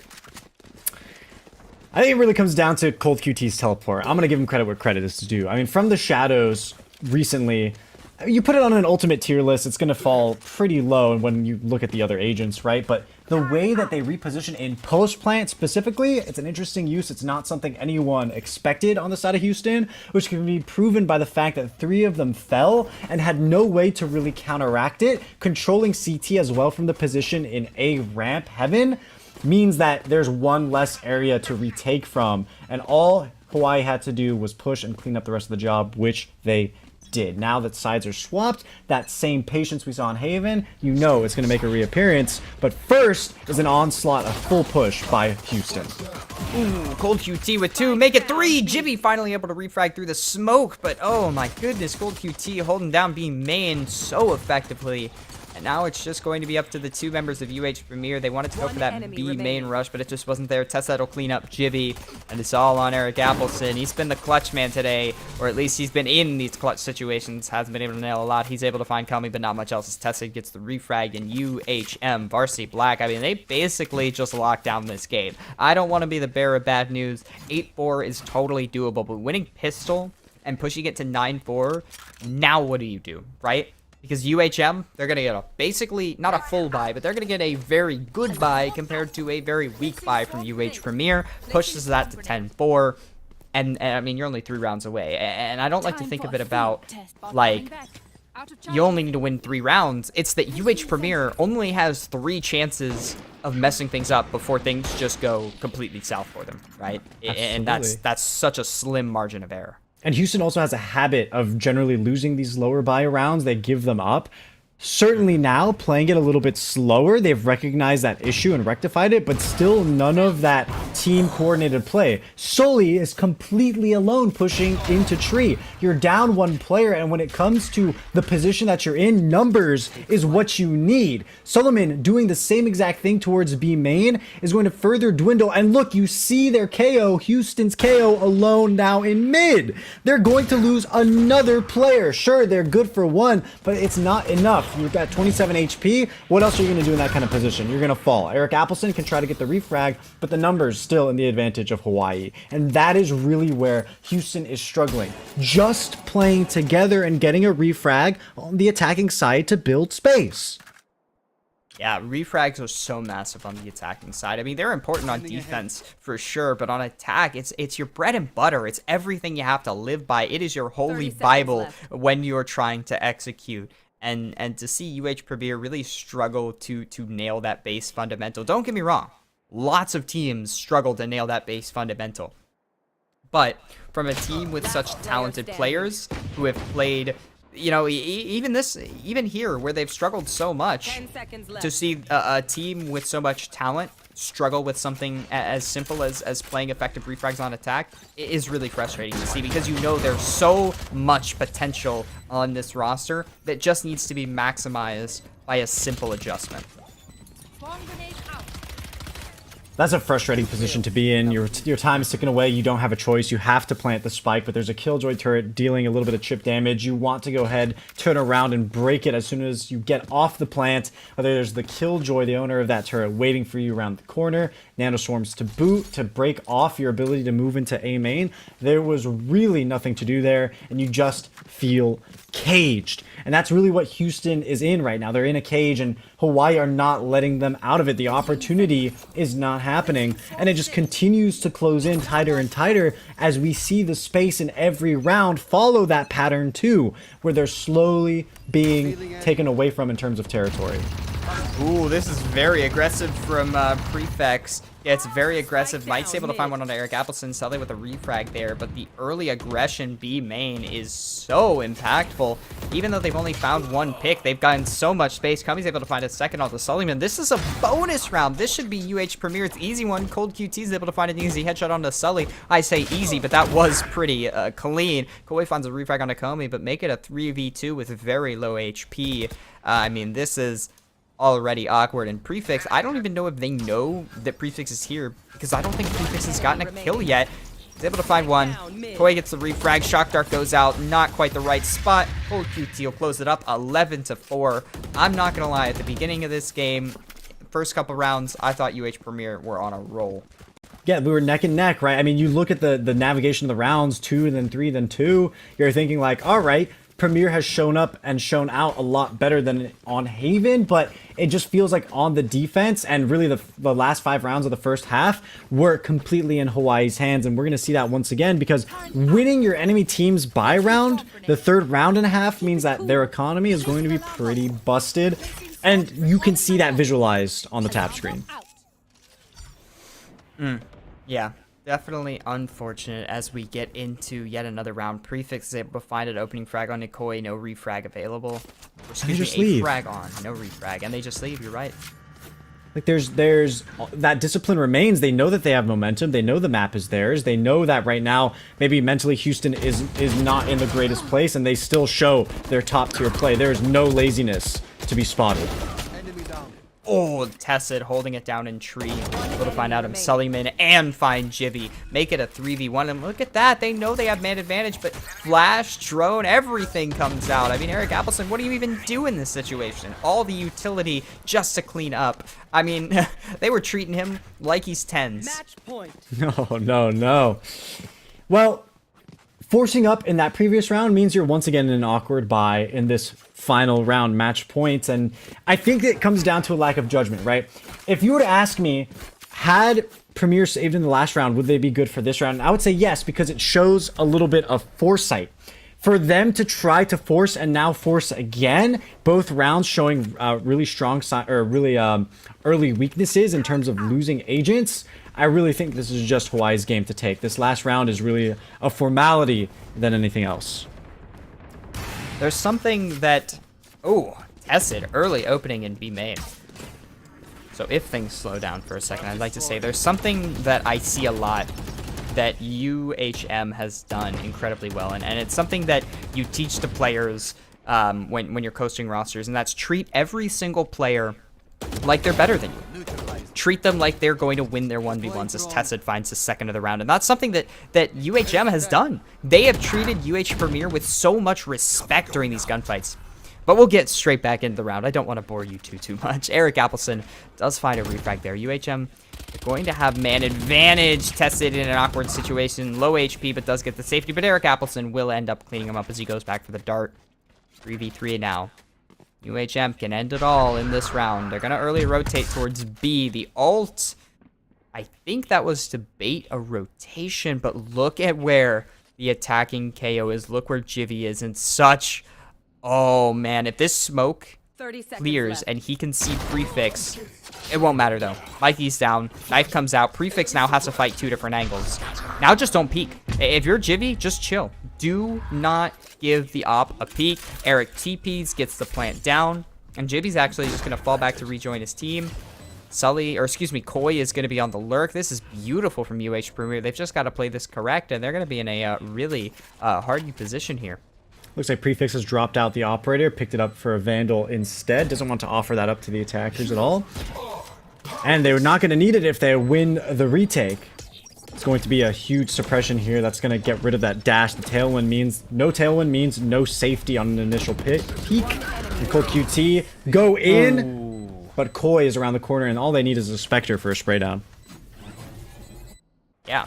Good round there from UH Premier, but that was really just a capitalization off a great lurk. And to be fair, the last map, it was Sully and Adam Sullivan who were playing really well. And this map, it's been the opposite. It's been Jivy playing spectacularly, and Sully and Adam kind of struggling in the same kind of situations. Although I will admit, Sully was playing pretty decently early on in the game. I mean, we saw there was a 4K from him in the first round, but the fact that he had a 4K first round and is currently on 9 kills should kind of show how the pace has dropped significantly from UH Premier. Not Sully's fault, just, you know, they just haven't been able to find that same success. Exactly, totally. Sully was looking for some early aggressive kills, and now they've been forced into a playstyle that maybe they don't favor, that they don't like, and it's exactly shown once again. They're trying to hold, and Prefix and Comey, I mean, they're right up there, ready to wait for the push. Great shot from Jivy, though. Mine's Prefix. Not going to have man advantage off that. Adam Sullivan on very low HP is trying to fight Kami, who's been hitting shots pretty well, so I don't know if that's the position I'd like to take. Great shots from Cold QT. I love how they're just sitting back and they're playing areas where they know they have advantage. They're not taking peeks. They're not giving fights to the attack. They're just playing the right positions. Kami's able to find coin. It's all on Adam Sullivan to win the game on 16 HP. Komi just completely ignore. Oh, Kami, no! Adam Sullivan nearly had a freebie, but tried to get a little too big brain, as the last map will go 13-5 in favor of UHM. And just like that, they get a free win at 2-0. UH Premier, a lot of potential, just could not lock things down. The specialization that Hawaii has in adaptation goes to show how much they've really rehearsed all of their maps. I mean, you see the defaults changing on both defense and attack. You see them adapting to their opponent. They realize exactly the way that Premier wanted to leverage their own jet as an aggressive point on the defensive side, and they would just give those territories or force that jet out. And that's exactly the pattern we saw for them to gain territory on the A side where that jet played, and then also consistently taking mid, making things so difficult for Premier on the defense as well as the offense. Neon, it was an amazing series to cast with you. You got any final comments before we head out? I do want to say, definitely MVP of the game for me. If I had to give one away, there were some great plays from both teams. I think if we're going to have to give an MVP to the team that did lose, I think Sully played incredible throughout that series, even though on the second map, he did struggle. Great series from him as a whole. But on the winning team, on UHM Varsity Black, well, who would you give it to if you had to give it MVP? Every time I see Hawaii play, I give it a Cold QT. Cold QT and Tessid, between those two, it's a flip of the coin, because they both come up huge in their respective support roles when it really matters the most. And what comes to mind in that last map especially was the From the Shadows teleport for the retake that Houston was trying to do, and Cold QT specifically spoiling it by getting 3 frags of their own with the TP. So to me, that what pops into my head the most, and they did that consistently even without an ultimate. I will throw a curveball at you. I think just based off of the first map alone, I've got to give it to Mikey. Being able to hold down sight so incredibly on that KJ. I mean, he was unstoppable some of those rounds. So intelligent, played around the utility amazingly. I definitely think Mikey deserves, at least in my opinion, the MVP. But you were right. Cold T, Tested, they both played incredible and great entries from Prefix. Really, that was just an incredibly well-coordinated team from Hawaii. Huge props to them, and I hope that we see some more really good play from them, because that's a team with a lot going for them. Definitely they are. Look forward to their further matches. Keep an eye on the bracket, ladies and gentlemen. We'll definitely have some more Valorant for you in a little bit as well. But for now, we're going to be signing off. Make sure to hit that follow button below to keep track of everything at NECC.